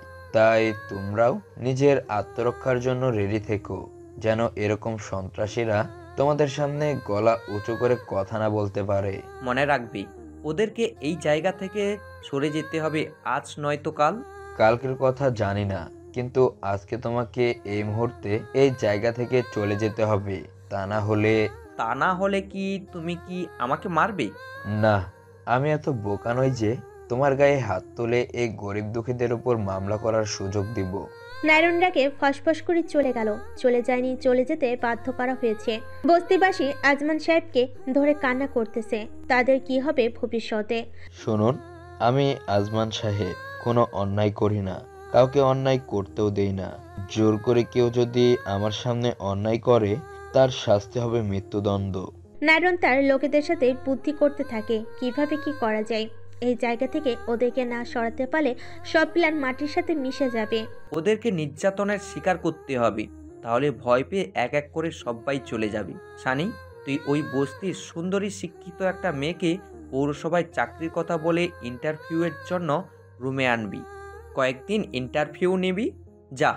নারায়ণের কথা মতো তার লোক সানি রানী নামের একটা সুন্দরী মেয়েকে পৌরসভায় চাকরি দেওয়ার কথা বলে বাসায় নিয়ে যায়। সেখানে সানি নামের সন্ত্রাসী তাকে খারাপ কাজের অফার করে। সে রাজি না হলে তাকে জোরপূর্বক শারীরিক সম্পর্ক করে 2 দিন পর তাকে ছেড়ে দেয়। রানী গরিব ঘরের মেয়ে, কান্না করতে করতে বাড়ি ফিরে আসে। সে মায়ের কাছে বলে, মাও কান্না করেন, কেননা তাদের কিছু করেনি। এলাকার একজন ব্যক্তি বিষয়টা আজমান সাহেবকে জানায়। তিনি উপস্থিত হয়ে দেখেন কম বয়সী সুন্দরী শিক্ষিত মেয়েটা আত্মহত্যা করতে চায়। সন্ত্রাসী কোন জায়গায় বাসা, সব খবর নিলেন রানীর কাছ থেকে। কথা দিচ্ছি বোন, তুমি শক্ত হয়ে দাঁড়াও। আমি এই জানোয়ারটাকে উপযুক্ত শাস্তির ব্যবস্থা করব। আজমান সাহেব ওই বাসায় গিয়ে দেখেন তালাবদ্ধ। তিনি ওখান থেকে ফিরে আসেন। গাড়িতে আসার পথেই দেখতে পান সানি ক্যারাম খেলছে। গাড়ি থেকে নেমে সানিকে জিজ্ঞেস করেন, শুনলাম তুই নাকি পৌরসভায় চাকরি দিয়ে থাকিস, আমাকে একটা চাকরি দিতে পারবি? সানি কোনো কথা বলছে না ভয়ে। আজমান সাহেব তাকে বেধড়ক মারধর করেন, মেরে রক্তাক্ত করে গাড়িতে তুলে কাকরাইল বস্তিতে ঢুকে রানীর কাছে নিয়ে যান। রানী, তুমি ওই শুয়োরের গালে তোমার জুতা দিয়ে পেটাতে থাকো। রানী ইচ্ছে মতো জুতা খুলে সানির গালে মারে। তারপর আজমান সাহেব সানিকে পুলিশের কাছে দিয়ে আসেন।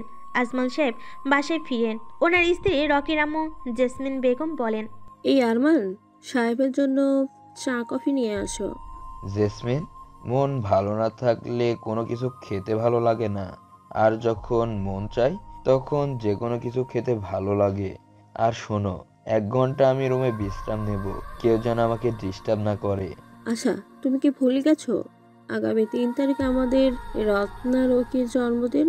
জনি, রকির জন্মদিন ধুমধাম হওয়া চাই। আমার একটা মাত্র ছেলে, টাকা যত খরচ হোক তাতে কোনো সমস্যা নেই। জনি হচ্ছে আজমান সাহেবের বাড়ির বডিগার্ডের মতো। এরকম 10 থেকে 12 জন লোক সবসময় আজমান সাহেবের বাসায় থাকেন। আজমান কোনো এমপি বা মন্ত্রী ছিলেন না, তবে ওনার চলাফেরার ধরন ছিল রাজাদের মতো। বস, পার্টি কি বাড়িতেই হবে?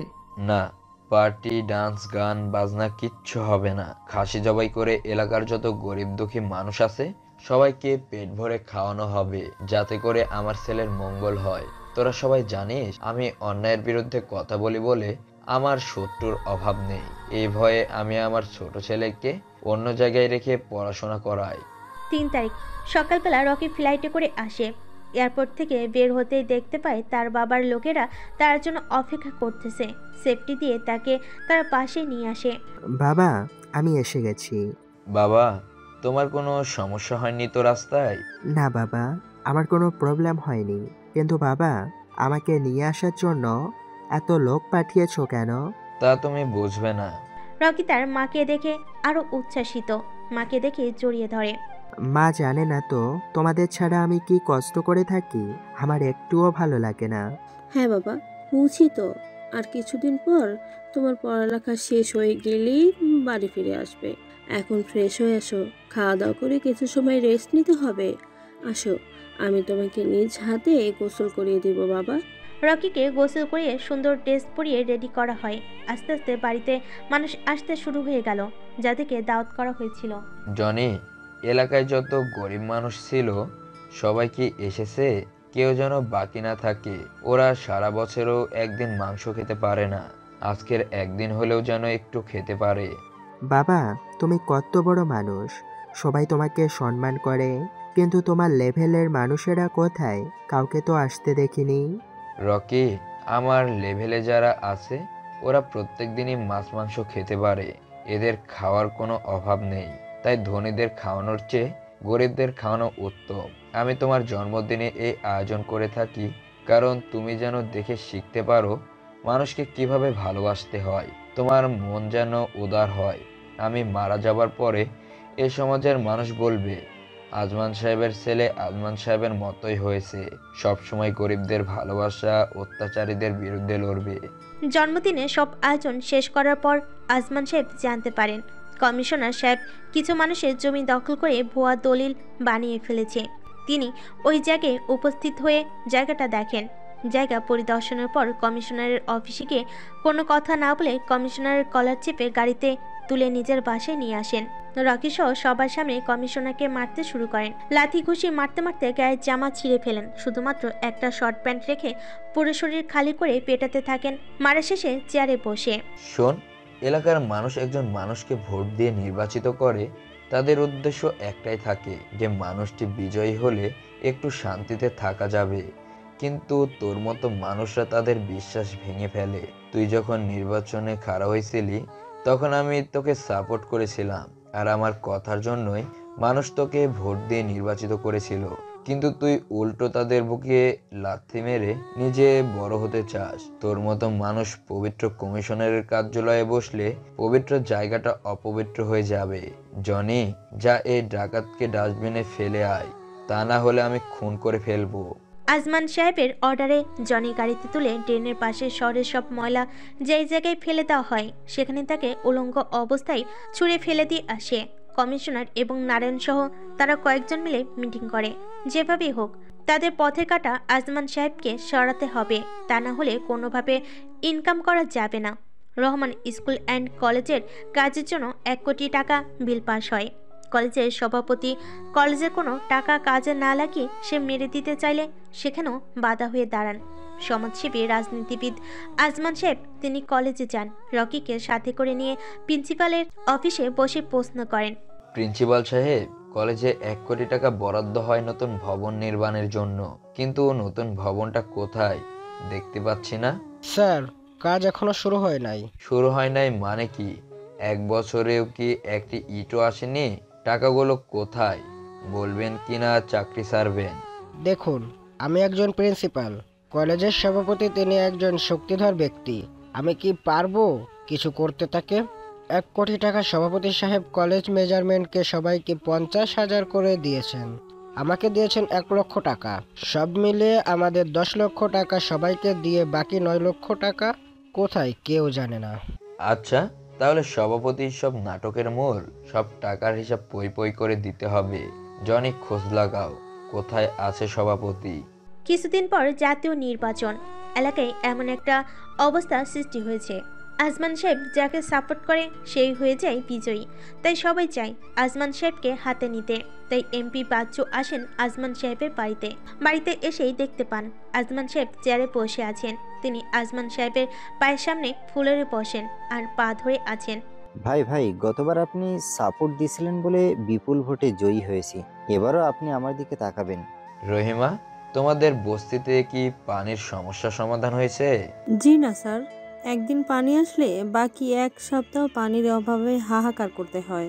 আরমান, তোমাদের সাইডের রাস্তার কি অবস্থা? স্যার, এই রাস্তার কথা কি বলবো, গাড়ি তো চলেই না, আর গাড়ি দিয়ে যেতে চাইলে কোমর ভেঙে যায়। কোন সাহসে তুমি আমার কাছে এসেছো, লজ্জা করে না? স্যার, আমি আপনার সাথে পার্সোনাল কথা বলতে চাই। তোর সাথে আমার কোনো কথা নেই। দয়া করে একটু অন্য রুমে আসুন, বেশি না 5 মিনিট। এই কথা বলে দোতলার একটি রুমে আজমান সাহেব আর এমপি যান। ভাই, আপনার সাপোর্ট মানেই পাস, প্লিজ না করবেন না। প্রয়োজনে আমি আপনাকে 50 লক্ষ টাকা দেব, কোনো সমস্যা নেই। এই কথা শুনে আজমান সাহেবের মাথা গরম। কোনো কথা না বলে দরজায় সিটকিনি লাগালেন। তুই আমাকে টাকার লোভ দেখাস? এই বলে মারতে শুরু করলেন। নিচতলা থেকে মারের আওয়াজ শোনা যাচ্ছে। আজমান সাহেবের লাথিতে দরজা ভেঙে নিচতলায় পড়ে এমপি বিরাট লজ্জা পায়। কমিশনার, এমপি এবং নারায়ণ একসাথে মিটিংয়ে বসলেন। এমপি সাহেব, শুনলাম আজমান সাহেব নাকি আপনাকে আপ্যায়ন করেছেন। হ্যাঁ, এ দেখো আমার গালে কি সুন্দর দাগ। আজমান আমাকে কিস করেছে। কিস মানে চুমু, বুঝলে? আমাকেও কুত্তার মতো মেরেছে। আমার কথা আর কি বলবো, আমার লাভ লস নেই, জীবনটাই আজমান লস করিয়ে দিয়েছে। কথা একটাই, আজমানকে খতম করে দিতে হবে। আজমানকে মারতে পারে এমন দুঃসাহস কারো নাই। এই সাহস কারণ নেই তা ঠিক, কিন্তু আমরা যদি এক হয়ে যাই তাহলে সবই সম্ভব। মনে রাখবে, আমরা আলাদা হলে কেউ বাঁচবো না, আর যদি আমরা এক হয়ে যাই তাহলে আজমান বাঁচবে না। এখন বলো কি করবে? এই বলে তারা হাত মিলায়, ওয়াদা করে আজমান সাহেবকে শেষ করতে হবে। তবে মানুষের ভিড়ে, বাজার হাট বা রাস্তাঘাটে তাকে হত্যা চেষ্টা করলে যদি জনগণ দেখতে পায় তাহলে গণপিটুনিতে তাদের জীবন যাবে। তাই নির্জন জায়গায় তাকে শেষ করতে হবে। ওরা জানে আজমান সাহেব মাসে একবার তার সাজানো বাগান বাড়িতে রিল্যাক্স করার জন্য যান, তাই সেখানে কিছু একটা করতে হবে। আজমান সাহেব বাগান বাড়িতে যাবেন। সেখানে অনেক ধরনের ফলের গাছ, ফুলের গাছ, বিরাট বড় সাজানো এরিয়া। সেখানে তিনি গিয়ে দেখে আসেন, ঘুরে আসেন, রিল্যাক্স করেন। জনিকে সাথে করে বাগানের দিকে রওনা দেন। বাগানে ঢোকার সময় দেখতে পান গেটের দারোয়ান নেই, গেট খোলা। জনি, দেখেছো? দারোয়ান না বলেই চলে গেল। বস, আমি যদি তাকে পাই তাহলে বুঝাবো কত দানে কত চাল। বাগানের ভিতর যারা গাছে পানি দেয়, পরিষ্কার করে রাখে, তারা কেউ নেই। কাহিনী কি? কেউ দেখিয়ে নেই? সবাই এভাবে বাগানের চাকরিটা ছেড়ে চলে যাওয়ার কারণ কি? আমিও তো কিছু বুঝতেছি না। বাগানের মাঝ বরাবর প্রবেশ করতে দেখেন একটা গাছে পানি দিচ্ছেন এমপি বাচ্চু, পাশে ময়লা পরিষ্কার করতেছে নারায়ণ এবং কমিশনার। তোমরা আমার বাগানের ভেতর কি করছো? কিছু না, বাগান পরিষ্কার করে দিচ্ছি, সাথে আপনাকেও পরিষ্কার, এই দুনিয়া থেকে পরিষ্কার করে দেওয়া হবে। তোর সাহস কত? কাকে কি বলছিস? জনি কথা শেষ করার আগেই পেছন থেকে তাদের লোক মাথায় আঘাত করে। জনির মাথা ফেটে যায়, জ্ঞান হারিয়ে মাটিতে লুটিয়ে পড়ে। ভালো হবে না বলছি। ভালো তো আপনার হবে না। কিসের অপেক্ষা, শেষ করে দাও। ছুরিতে আঘাত করতে থাকে আজমান সাহেবের শরীরে। তিনি মাটিতে পড়ে যান। তখন তিনটি পিস্তল বের করে গুলি মারা শুরু করে। আজমান সাহেব পৃথিবীর মায়া ত্যাগ করেন। চলো আজমানের স্ত্রী সন্তানকেও শেষ করে দিই। তারা আজমান সাহেবের বাড়ির দিকে যাচ্ছে রকি এবং তার মাকে মেরে ফেলার জন্য। জনির জ্ঞান ফিরে দেখে আজমান সাহেবের মৃতদেহ পড়ে আছে। সাথে সাথে কল করে রকির মা জেসমিনকে। হ্যালো। হ্যাঁ জনি, বলো। আপনি এই মুহূর্তে রকিকে নিয়ে বাড়ি থেকে পালান। সন্ত্রাসীরা আপনাকে আর রকিকে মেরে ফেলার জন্য যাচ্ছে। ওরা বসকে মেরে ফেলেছে। আপনি তাড়াতাড়ি বাড়ি থেকে সরুন। জেসমিন চিৎকাতে রকিকে ধরে বাড়ি থেকে পালিয়ে যান। ওরা গাড়িতে এসে দেখে আজমান সাহেবের স্ত্রী পুত্র বাড়িতে নেই। শেষ করে দিলে ভালো হতো, সমস্যা নেই, আজমানের ছেলে আর এখানে আসার সাহস পাবে না। আজমান সাহেব হত্যার পরপরই এলাকায় নেমে আসে শোকের ছায়া। এলাকাবাসী জানে এরকম আরেকজন ব্যক্তি আর তৈরি হবে না। যিনি ছিলেন গরিব দুঃখীর বন্ধু। তার মতো সৎ ও যোগ্য ব্যক্তিকে হারিয়ে মানুষ পাগল পাড়া। জেসমিন একমাত্র সন্তান রকিকে নিয়ে চলে যান শহর থেকে অনেক দূরে একটি কলোনিতে। সেখানে বেঁচে থাকাটা মুশকিল, স্বামী হারানোর বেদনা, সন্ত্রাসীদের ভয়ে, তাছাড়া হাতে নেই টাকা পয়সা। তবুও জেসমিন চাননি রকির লেখাপড়া বন্ধ হোক। জেসমিন নিজেই টাকা ইনকামের সোর্স খুঁজেন তিনি। অতঃপর তিনি সেলাইয়ের কাজ শুরু করে দেন। কিছু টাকা বের হয়, এতে করে মা ছেলের সংসার ভালোই চলতো। রকি ভর্তি হয়ে যায় কলেজে, কিন্তু তার পরনে থাকতো নর্মাল কম দামি শার্ট প্যান্ট, তাই অনেক টল হতে থাকেন। নারায়ণের ছেলে জিসানের কাছে অপমান অত্যাচার সহ্য করেও লেখাপড়া চালিয়ে যায় রকি। এভাবে চলে যায় মাঝখানে 3 বছর। একদিন রকি তার মাকে জিজ্ঞেস করে, আচ্ছা মা, আমার বাবার খুনি ওরা কারা? যতটুকু জানি কমিশনার, এমপির বাচ্চু এবং নারায়ণ মূল খুনি, এবং আরও অনেক মানুষ তোর বাবা শত্রু ছিল, সবাই মিলেই খুন করেছে। মা, আমার বাবা তো খারাপ কাজ করতেন না, সব সময় গরিবদের খাওয়াতেন, তবুও তারা আমার বাবাকে এভাবে মারল। মা, আমি আমার বাবার খুনের প্রতিশোধ নিতে চাই। তাদের প্রত্যেকটি অবৈধ প্ল্যান টাকা মেরে খাওয়ার বাধা হয়ে দাঁড়াতেন তোর বাবা, তাই তারা তাকে বাঁচতে দেয়নি। আর প্রতিশোধ এখন না হয় হলে আমি তোকে বলবো, প্রতিশোধ নেওয়ার জন্য এখন পড়াশোনা চালিয়ে যা বাবা, তুই অবশ্যই প্রতিশোধ নিবি, ভয়ঙ্কর প্রতিশোধ। জেসমিন কাজ থেকে ফিরছেন। হঠাৎ করে এমপি ও নারায়ণদের একটি লোক ওনাকে দেখতে পায়। দেখে চিনতে পেরে ওদেরকে বলে দেয়। পরদিন তারা সবাই মিলে ওই রাস্তায় অপেক্ষা করতে থাকে। এই দিনও কাজ শেষে তিনি বাড়ি ফিরছিলেন। তারা দেখে পিছনেই জেসমিন ওনার ছোট্ট 3 রুমের বাসে ঢুকবেন। ঠিক সময় কমিশনার ডাক দেয়, ভাবি সাহেবা কেমন আছেন? জেসমিন ডাক শুনে ঘুরে দাঁড়ায়। কমিশনার এমপি ও নারায়ণকে দেখতে পেরে তিনি বলেন, তোমরা এখানে কেন? কেন আবার আসলাম দেখতে? তোমরা খুনি, আমার বাড়ি থেকে চলে যাও। হ্যাঁ চলে যাব, তবে আপনাকে শেষ করে। এই ধর। দুজন জেসমিনকে শক্ত করে ধরে বাকি একজন জেসমিনের পেটে ছুরি ঢুকিয়ে দেয়। ওরা ওনাকে ফেলে যায়। ঘরের বারান্দায় কিছু সময় পর কলেজ থেকে ফিরে রকি বাড়িতে সেই দেখতে পায় রক্ত গড়িয়ে যাচ্ছে। সে তার মাকে দেখে চিৎকার দিয়ে, মা, মা, মা, তোমার কি হয়েছে? তখনও জেসমিন জীবিত, কোনোভাবে কথা বলছেন। বাবা, তোর বাবার খুনিরা আমাকে মেরেছে, তুই তার প্রতিশোধ নিস। এই কথা বলেই তিনি শেষ নিঃশ্বাস ত্যাগ করেন। রকি পাগলের মতো চিৎকার করে কান্না করতে থাকে। তারপর সেদিন থেকেই রকি হয়ে ওঠে এই সমাজের ছোট বড় সকল মাফিয়া সন্ত্রাসীদের জম, শ্যাডো দ্য মনস্টার কিং। বর্তমানে আমার বাবাকে মেরেও তারা শান্ত হয়নি, আমার মাকেও মেরে ফেলে। আর সেই প্রতিশোধের নেশায় আমি এই পথ বেছে নিতে বাধ্য হই। আমি একজন সন্ত্রাসী, বোমাবাজ। আমি যদি তোমাকে বিয়ে করি তাহলে তোমার জীবনটাও শেষ হয়ে যাবে, তাই আমি ইচ্ছে করেই তোমাকে ইগনোর করি। তুমি এই পথ থেকে ফিরে এসো প্লিজ। না না, এটা সম্ভব না। তবে আমি কথা দিচ্ছি, ওই নারায়ণ, তার ছেলে কমিশনার ও এমপি, এই 4 জনকে শেষ করে আমি ভালো পথে ফিরে আসব। তুমি যদি আমার জন্য অপেক্ষা করতে পারো তাহলে আমি তোমাকে বিয়ে করব। ছদ্মবেশী শ্যাডো দ্য মনস্টার কিং এর ছবি ভালো করে দেখে চিনে ফেলে জিসান। বাবা, এই বাবা, কোথায় তুমি? হ্যাঁ বল। আমি তো ওই শালাকে চিনে ফেলেছি। কাকে? আরে ওই ছদ্মবেশী শ্যাডো দ্য মনস্টারকেও আমার সাথে আমার কলেজে একই ক্লাসে পড়ি। কি বলছিস? এটা কিভাবে সম্ভব? একটা কলেজের ছাত্র এত বড় বড় কাজ করে ফেলবে? তা জানি না, কিন্তু ওই ছবির সাথে আমার কলেজের রকির ফেসের মিল রয়েছে। কিন্তু রকি তো একটা ভীতু ছেলে, ওকে নিয়ে আমি ট্রল করি কলেজে। ওই যে তুমি মেডেল পরিয়ে দিয়েছিলে একটা ছেলের গলায়, যা ওকে ধরে নিয়ে আয়। বেড়ানো শেষে লন্ডন থেকে আজ দেশে ফিরেছে এমপি বাচ্চু ও কমিশনার। প্রথমে তারা আসে তাদের বন্ধু মন্ত্রী নারায়ণের বাসায়। বন্ধু কেমন আছো? কতদিন তোমায় দেখি না। আমি ভালো নেই। তোমরা কি বিদেশ থেকে শোনোনি শ্যাডো দ্য মনস্টার কিং এর তাণ্ডবের খবর? হ্যাঁ শুনেছি, ওকে শেষ করার জন্যই তো এখন দেশে ফিরলাম। মন্ত্রী, ও কিন্তু খুব ভয়ঙ্কর। আসলে বন্ধু, হাসালে যেই জায়গায় আজমান সাহেবকে আমরা খতম করেও আমাদের কিছুই হয়নি, আর এই ছদ্মবেশী একটা লোককে ভয় পাচ্ছে এই শহরের ব্যবসায়ী, চাকরিজীবী, পুরুষ, মহিলা সবাই আজমানকে ভগবানের পরেই মানত। তার মতো লোককে আমরা পরপরে পাঠিয়েছি। তোমাকে কথা দিচ্ছি, ওই ছদ্মবেশী শ্যাডো দ্য মনস্টার কিংকেও ওপারে পাঠানোর ব্যবস্থা করব। জিসান তার দলবল নিয়ে কলেজে যায়, কিন্তু রকি কলেজে যাচ্ছে না কিছুদিন ধরে। জিসান পুরো ক্যাম্পাস তল্লাশি করেও রকি কোনো খোঁজ পায়নি। তাই জিসান তার বন্ধু বান্ধব নিয়ে কলেজ ফিল্ডে বসে আড্ডা দিচ্ছে। হঠাৎ করে একটি কালো রঙের গাড়ি আসে। গাড়ি থেকে নামে রকি, নেমে পিস্তল তাক করে জিসানের গলা চেপে ধরে। কি অবাক হওয়ার কিছু নেই, চাইলে আমি তোকে আরো আগেই কাবু করতে পারতাম, কিন্তু করিনি। আমি দেখতে চেয়েছিলাম তুই কতটুকু করতে পারিস। চল ওঠ, গাড়িতে ওঠ, কোনো কথা হবে না। গাড়িতে তুলে চোখ বেঁধে অন্য একটা জায়গায় নিয়ে যায়। ওখানে কিছু মারধর করে।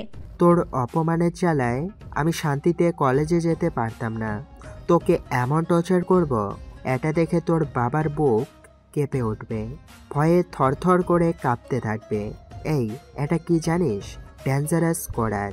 এটা দিয়ে যাকে আঘাত করি সে হয়ে যায় বরবাদ। রকি তার ডেঞ্জারাস করার দিয়ে জিসানকে মেরে ফেলে।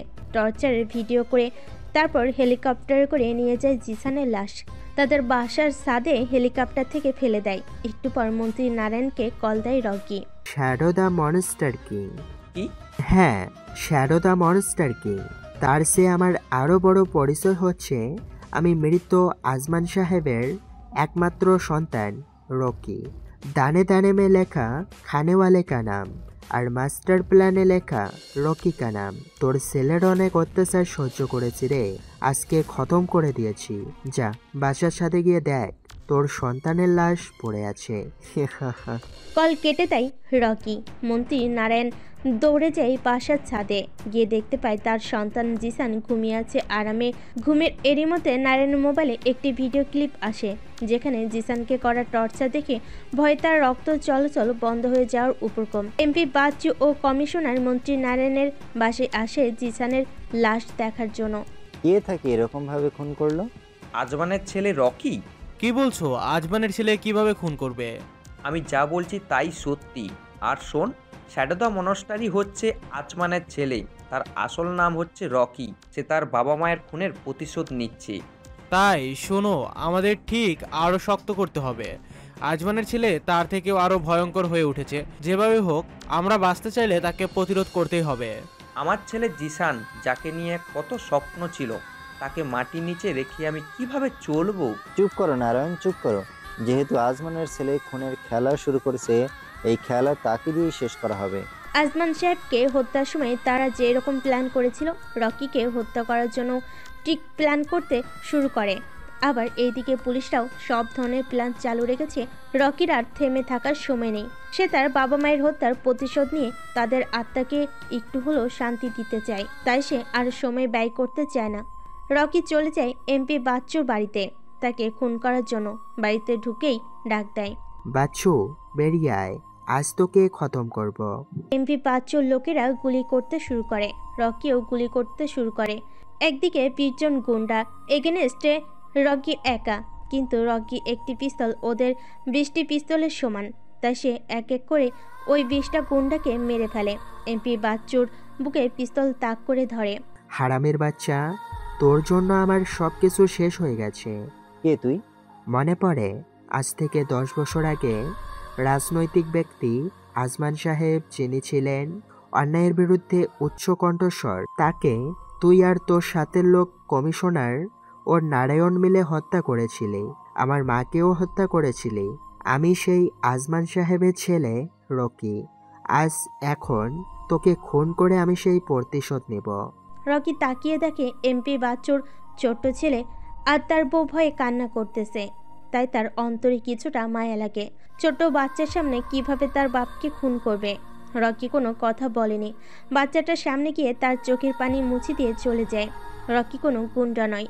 রকিও সমাজে গরিব দুঃখীর সামনে দাঁড়াতে চায়, কিন্তু পরিস্থিতি তাকে এরকমটা বানিয়েছে। রাতের বেলা রকি একা একা বসে আছে, হাতে একটি সিগারেট। পেছন থেকে বন্দুক দিয়ে একজন ব্যক্তি। You are under arrest. আমার অপরাধ? আপনি এমপি বাচ্চু সাহেবের বাসায় গিয়ে তাকে খুন করার হুমকি দিয়ে এসেছেন। আপনি কি জানেন এমপি বাচ্চু একজন খুনি? খুনি হোক আর যাই হোক, আইন নিজের হাতে তুলে নেওয়ার চেষ্টা কেন করবেন? চলুন আমার সাথে। রকিকে অ্যারেস্ট করে গাড়িতে তোলা হয়। নিয়ে যাওয়া হচ্ছে থানার দিকে। তার এক হাতে হাতকড়া লাগানো, অন্য হাত কিন্তু খালি। তাই সে বাম হাত পকেটে ঢুকিয়ে ছুরি বের করে কোপ দিয়ে হাতকড়া কেটে ফেলে। এটা স্বাভাবিক ব্যাপার, কারণ রকি হচ্ছে শ্যাডো দ্য মনস্টার কিং। তার বানানো ছুরি দিয়ে যে কোনো কিছু হোক, সেটা স্টিলের সমস্যা নেই, কেটে ফেলা ইজি ব্যাপার। লাফ দিয়ে গাড়ি থেকে বের হয়ে দৌড় দেয় রকি। পুলিশরা গাড়ি থামিয়ে পেছনে দৌড় দিয়ে কোনো লাভ হয়নি, কারণ নিমিষের মধ্যে রকি উধাও। রকি তার আস্থানে চলে যায়, যেখানে সে সব ধরনের অস্ত্র বানায়। সেখানে গিয়ে কিছু নতুন অস্ত্র বানাতে শুরু করে তার বাবা মায়ের খুনিদের ঘায়েল করার জন্য। কি ওই খুনিটা পালিয়ে গেছে? জি স্যার, ওর মধ্যে আলাদা একটা পাওয়ার আছে, তাকে এভাবে আটকে রাখা সম্ভব নয়। আরে গাদা, পুলিশ ওর মধ্যে আলাদা শক্তি না থাকলে সে কিভাবে এই সমাজের সবার আতঙ্ক হয়ে দাঁড়াবে? ওই ছেলেটাই তো ছিল ছদ্মবেশী শ্যাডো দ্য মনস্টার কিং। কি বলেন, এটা কি করে সম্ভব? আরে সম্ভব সম্ভব, সে নিজে আমাকে পিস্তল ঠেকিয়ে বলেছে সে রকি ছদ্মবেশী শ্যাডো দ্য মনস্টারের আরেক নাম হচ্ছে রকি, বুঝলে? এটা আপনি আমাকে আগে বলবেন না? তাহলে তো আমরা শক্তি নিয়ে তাকে অ্যারেস্ট করতাম। সমস্যা নেই, যেহেতু একবার তার চেহারা দেখেছি তাহলে তাকে ধরবই। এমপি বাচ্চুকে কল করে রকি। এমপি, তোর ছেলের মুখের দিকে তাকিয়ে জান ভিক্ষা দিয়েছিলাম, তারপরেও পুলিশ দিয়ে আমাকে ধরাতে চেয়েছিলি। এই এমপি, আমি ধরা না দিলে আমাকে কেউ ধরে রাখতে পারবে না, আর আমি যদি কাউকে ধরতে চাই 100 হাত মাটির নিচে থাকলেও টাইনা বের করে আনবো। শোন, আগামী 48 ঘন্টার ভেতরে তোকে আমি লাশ বানাবো, পারলে বেঁচে দেখা। রকি তার সব ধরনের প্ল্যান সম্পূর্ণ করেছে, মরণ কামড় দেওয়ার জন্য প্রস্তুত। কমিশনার তার বাসের মদ খেয়ে খেয়ে মেয়েদের নিয়ে ফুর্তি করছে, কিন্তু সে জানে না এটাই তার লাস্ট ডান্স। মদ খেয়ে মাতাল অবস্থায় দুইটা মেয়েকে নিয়ে রোমাঞ্চে আসে। রকি কমিশনারের বাসায় ঢুকতে চাইলে গেটের দারোয়ান আটকে দেয়। কোনো কথা না বলে দারোয়ানকে খালাস করে ফেলে। পরবর্তীতে বাসায় দরজা আরেকজন বাধা দিলে তাকেও গুলি করে খুলে উড়িয়ে দেয়। কমিশনার রুমের ভেতরে এনজয় করতেছে, রকির পিস্তলের গুলি বের হয়, কিন্তু কোনো সাউন্ড হয় না, তাই সে বুঝতে পারেনি। লাথি দিয়ে দরজা ভেঙে রুমে ঢুকলে দেখে দুইটা মেয়েকে নিয়ে কমিশনার এনজয় আছে। এই তুই কে রে? আমার রুমে ঢুকলি কিভাবে? আজমান সাহেবকে হত্যা করে আমাকে এতিম বানিয়েছিস তোরা, আমার মাকেও হত্যা করেছিলি তোরা। এই তোরা কে কোথায় আছিস? সবাই এদিকে আয়। এই শালাকে রুমে ঢোকার অনুমতি দিল কে? আমি কারো অনুমতি নিয়ে ঢুকি না, কারোর অনুমতি নিয়ে বেরও হই না। তোর মতো কুত্তাদের আমি মাইরা ফেলেছি, এখন তোকেও মেরে ফেলবো, শুয়োরের বাচ্চা। এই বলেই কমিশনারকে কুপিয়ে কুপিয়ে মেরে ফেলে রকি। দেখ মৃত্যুর যন্ত্রণা কত ভয়াবহ। রাগে রকির মাথা নষ্ট। কুপাতে কুপাতে কমিশনারকে কয়েক টুকরো বানিয়ে দেয় রকি। কমিশনারের বাড়ি থেকে বের হয়ে এরই মধ্যে রকিকে ফোন দেয় মায়া। রকি, কোথায় তুমি? কেমন আছো? এই তো আছি। এখন কলেজেও আসো না তুমি? কোথায় লুকিয়ে থাকো বলবে? অতি শীঘ্রই তোমার সাথে আমি দেখা করব। সেটাই যেন হয়। কমিশনারের লাশ ভয়ে দেখতে আসেনি মন্ত্রী নারায়ণ ও এমপি বাচ্চু। এমপি বাচ্চু ও মন্ত্রী নারায়ণ দুজনেই এক বাসায়। মন্ত্রী নারায়ণের সেফটির জন্য তারা পুরো বাড়িতে পুলিশের টহল বাড়িয়েছে, যেন একটা পোকাও ঘরে ঢুকতে না পারে। পুলিশের টহলের জন্য সাধারণ মানুষ ঘরে ঢোকার মতো কোনো পরিস্থিতিতে নেই। লুকিয়ে ও ঢোকা যাবে না, এমনভাবে গার্ড রাখা হয়েছে। রকি খেলে তার বুদ্ধির খেলা। নারায়ণকে ফোন দিয়ে বলে, হ্যালো নারায়ণ, বাড়ি পুলিশ দিয়ে ঢেকে রেখেছিস, কিন্তু তুই কি জানিস তোর বাড়িতে আমার ক্যাপসুল বোমা রাখা আছে? আধা ঘন্টার ভেতরে বম ব্লাস্ট হয়ে যাবে। আমার বম এখন এমন ধরনের বম বিশ্বের সকল যন্ত্র দিয়ে সার্চ করলেও খুঁজে পাবে না। যেভাবে উড়িয়ে দিয়েছিলাম হাশেম সুপার শপিং মল, ঠিক সেভাবেই তোর বাড়ি কিছু সময়ের ভেতরে মাটির সাথে মিশে যাবে। বাঁচতে চাইলে বাড়ি থেকে পালা। নারায়ণ পাগলের মতো হুড়োহুড়ি শুরু করে দেয়। বাচ্চু, তাড়াতাড়ি বাড়ি থেকে বের হ। কে কোথায় আছিস সবাই ঘর থেকে বের হয়ে যা, ঘরের ভেতরে বোমা রাখা। পুলিশ সহ সবে বাড়ি থেকে একটু দূরে গিয়ে দাঁড়ায়। 20 থেকে 25 মিনিট দাঁড়িয়ে আছে, কিছুই হচ্ছে না। আধা ঘন্টার উপরে, তবুও কিছু হচ্ছে না। আবার রকির ফোন। নারায়ণ, মৃত্যুকে এত ভয় পাস? বমের কথা বলে ভয় দেখালাম, তোর কলিজা মাপলাম, পুরোটাই মিথ্যা কথা। যা ঘরে ঢুকে যা। তোকে যদি সামনে পেতাম না দেখতি।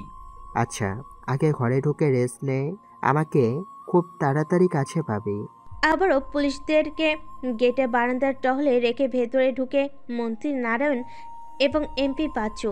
ঘরে ঢুকে দেখে গায়ে কালো কোট, পায়ের উপর পা তুলে চেয়ারে বসে সিগারেট টানছে রকি। Welcome welcome. তুই আমাদেরকে বাইরে পাঠিয়ে ঘরে ঢুকে বসে আছিস। ভালোই হলো, এখন আমরা ওকে সহজে উপরে পাঠিয়ে দিতে পারবো। এই বলে রকির উপর আক্রমণ করে মন্ত্রী নারায়ণ ও এমপি বাচ্চু, কিন্তু রকির সাথে পেরে ওঠার মতো শক্তি তাদের গায়ে নেই। তাদের লোক সবাইকে পিস্তলের গুলিতে বুক ঝাঁঝরা করে ফেলে। রকি তারপর মন্ত্রী ও এমপিকে মারতে শুরু করে। মারতে মারতে এক পর্যায়ে তাদেরকে উল্টো করে ঝুলিয়ে রাখে রকি। তোদের কারণে আমি বাবাহারা মাহারা হয়েছি। আমার নির্দোষ বাবাকে অন্যায়ভাবে হত্যা করেছিলি।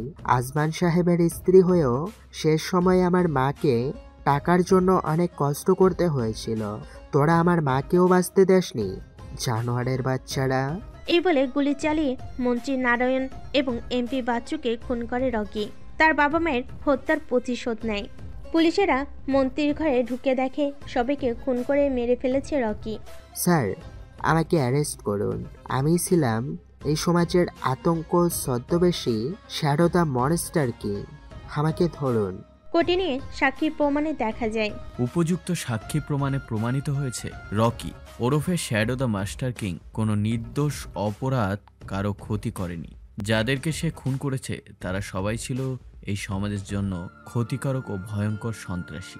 তবে আইন নিজের হাতে তুলে নেওয়ার কারণে সেই ভিত্তিতে রকিকে 10 বছরের সশ্রম কারাদণ্ড দেওয়া হয়েছে।